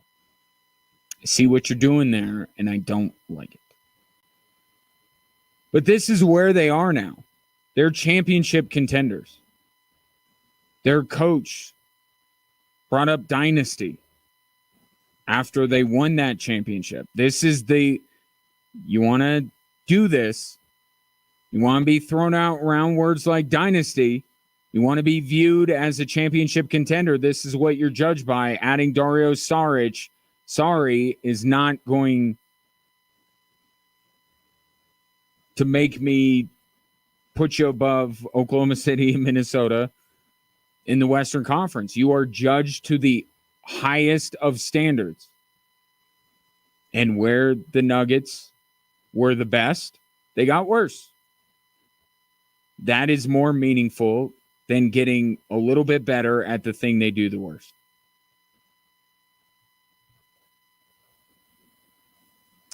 Steve G says Bronny's play was terrible in that first Summer League game, but first game, give the kid a chance, but his learning curve better be quick. And I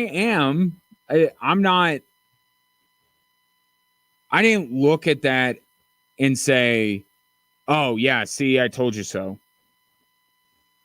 Right? Because Summer League, it's like, whatever. Same thing with NFL preseason. You could get a little excited about somebody. You can draw a few conclusions, but really you do so at your own peril. I'm not rooting for Bronny to fail. I hope he's a success, but the criticism on why he is where he is warranted. And there are people that are going to take it a step further and hope for him to fail, but it's really not about him. It's about his dad. And that is, again, the predicament that his dad and his agent put him in by making it so the Lakers drafted him.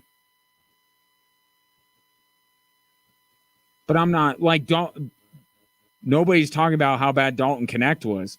Dalton Connect was just as bad, and everybody loves Dalton Connect on the Lakers. So I'm not using that and holding it up and saying, see, Bronny's going to fail. Bronny should never be here, because then by that logic, Dalton Connect is a bust. So I'm going to give him time. My expectations are very low. And I know why he is where he is.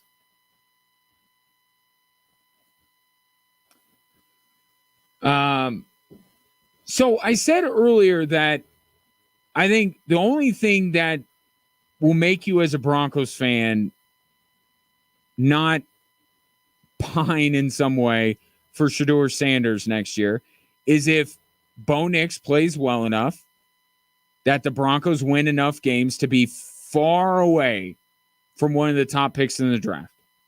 Kind of like they were this year. Right? Because you're going to look at it and say Shedeur's better. That you'd rather have Shedeur. Which I think is kind of crazy that people are arguing with me about it. I thought that was cemented. Tom says, so you think Shedeur would have led Oregon to a much better year last season? Wow, no, they won every game except 2, and they lost those 2 by a score. So, I mean, how much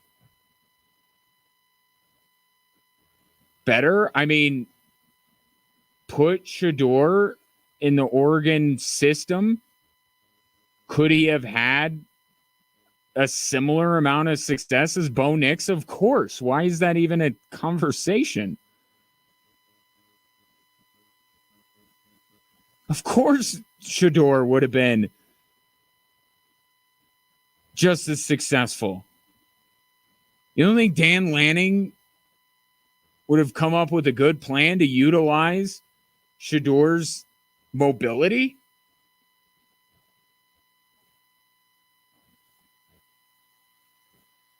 Like, yeah, I mean, there are some things. I know that Shador's decision making is probably not last year at the same level as Bo Nix, but his athleticism and talent, to me, it would cancel out. Yeah, Oregon would have had essentially the same year.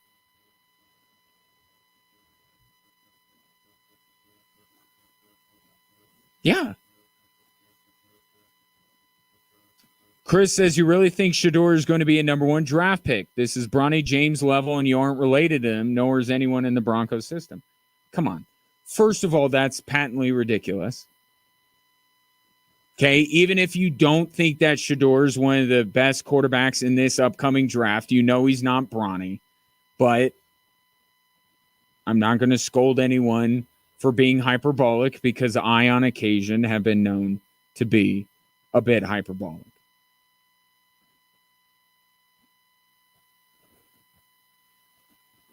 There was an argument that Shador, if he came out this year, would be one of the top quarterbacks taken. Why, in a lesser quarterback draft, why wouldn't he be one of the top couple of picks?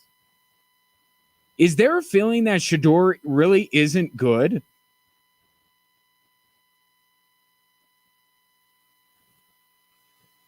He's good.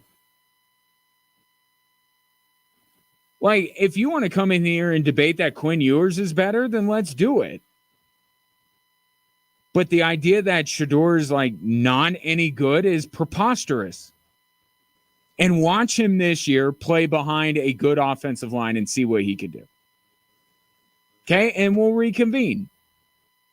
Shador absolutely is going to be one of the top picks in this upcoming draft. It's not even a question. And if you don't believe me, take all these mock drafters' word for it. All the mock drafts I have seen have Shador at least a top 10 pick. Most of them top 5, and I even saw one where he's the number 1 pick.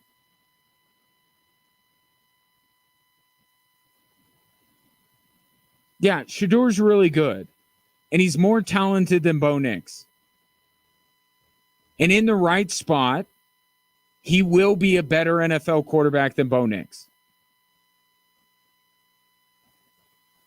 Richie on Twitter asks if Shador is my new Justin Fields. And I responded by saying no, he's not, because Dion will not let him go to a situation as bad as Justin Fields went into. Right? He was going to pull an Eli. He's been threatening it for a while now.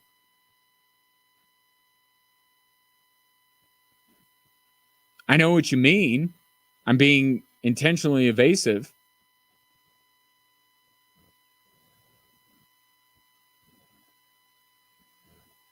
But it again speaks to, I'm not alone in this. I'm not standing on an island by myself saying that Shador Sanders is going to be a top pick and he's a talented, one of the most talented, if not the most talented quarterback in this upcoming draft. I'm not alone in that. Just like I wasn't alone in saying Justin Fields was.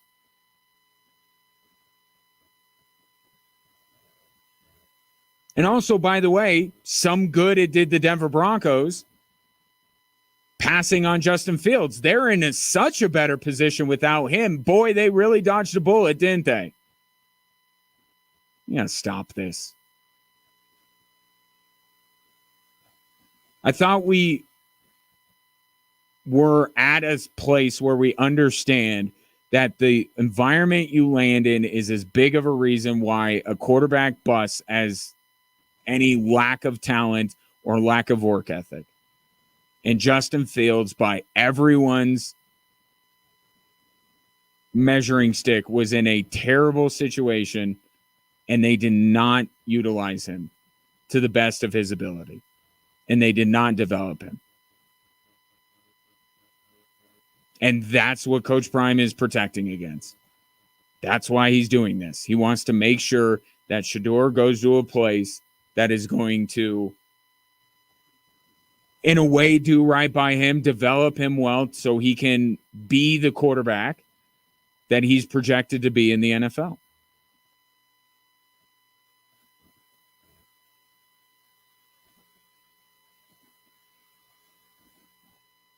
But I think Shedeur Sanders is going to be really good. I think he's going to be really good this year.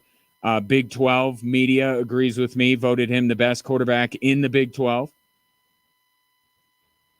Proved offensive line, yeah. I think Shedeur is going to be really good this year, and I think he's going to be one of the top overall picks, and I'm actually quite stunned that that's a hot take because I've seen it everywhere. I thought if anything, I would be accused of being unoriginal. Yeah, we've heard this before from other people.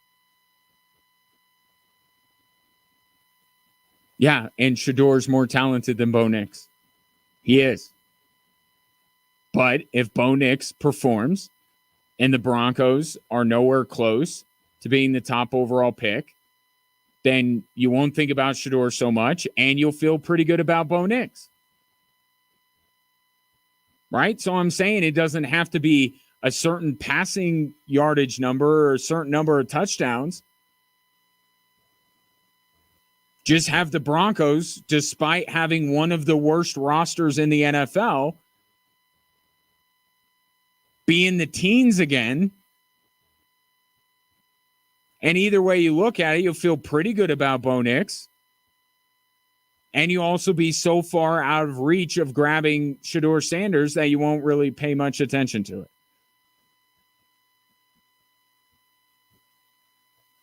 But yeah, Shedeur's better than Bo Nix. That's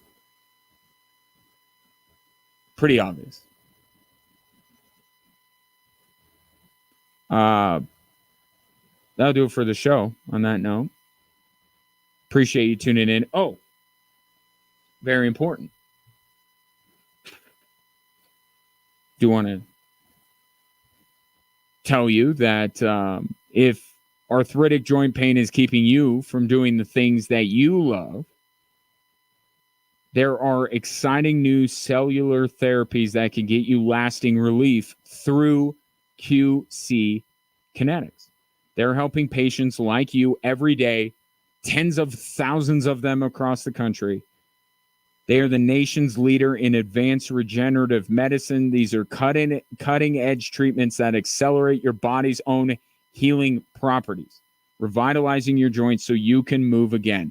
And you don't have to go under the knife for surgery, no drugs, and the drawbacks of that, and no downtime with these kind of treatments. It's at least worth sitting down with them. Right? Free consultation. QC Kinetics could be the answer because they've been the answer for so many people. 719-347-1988 is what you could call to set up that initial appointment. 719-347-1988. QC Kinetics, 719-347-1988. Good to be back. Good to have you back. And it will be good to talk to you again tomorrow at 3 here on Extra Sports 1300.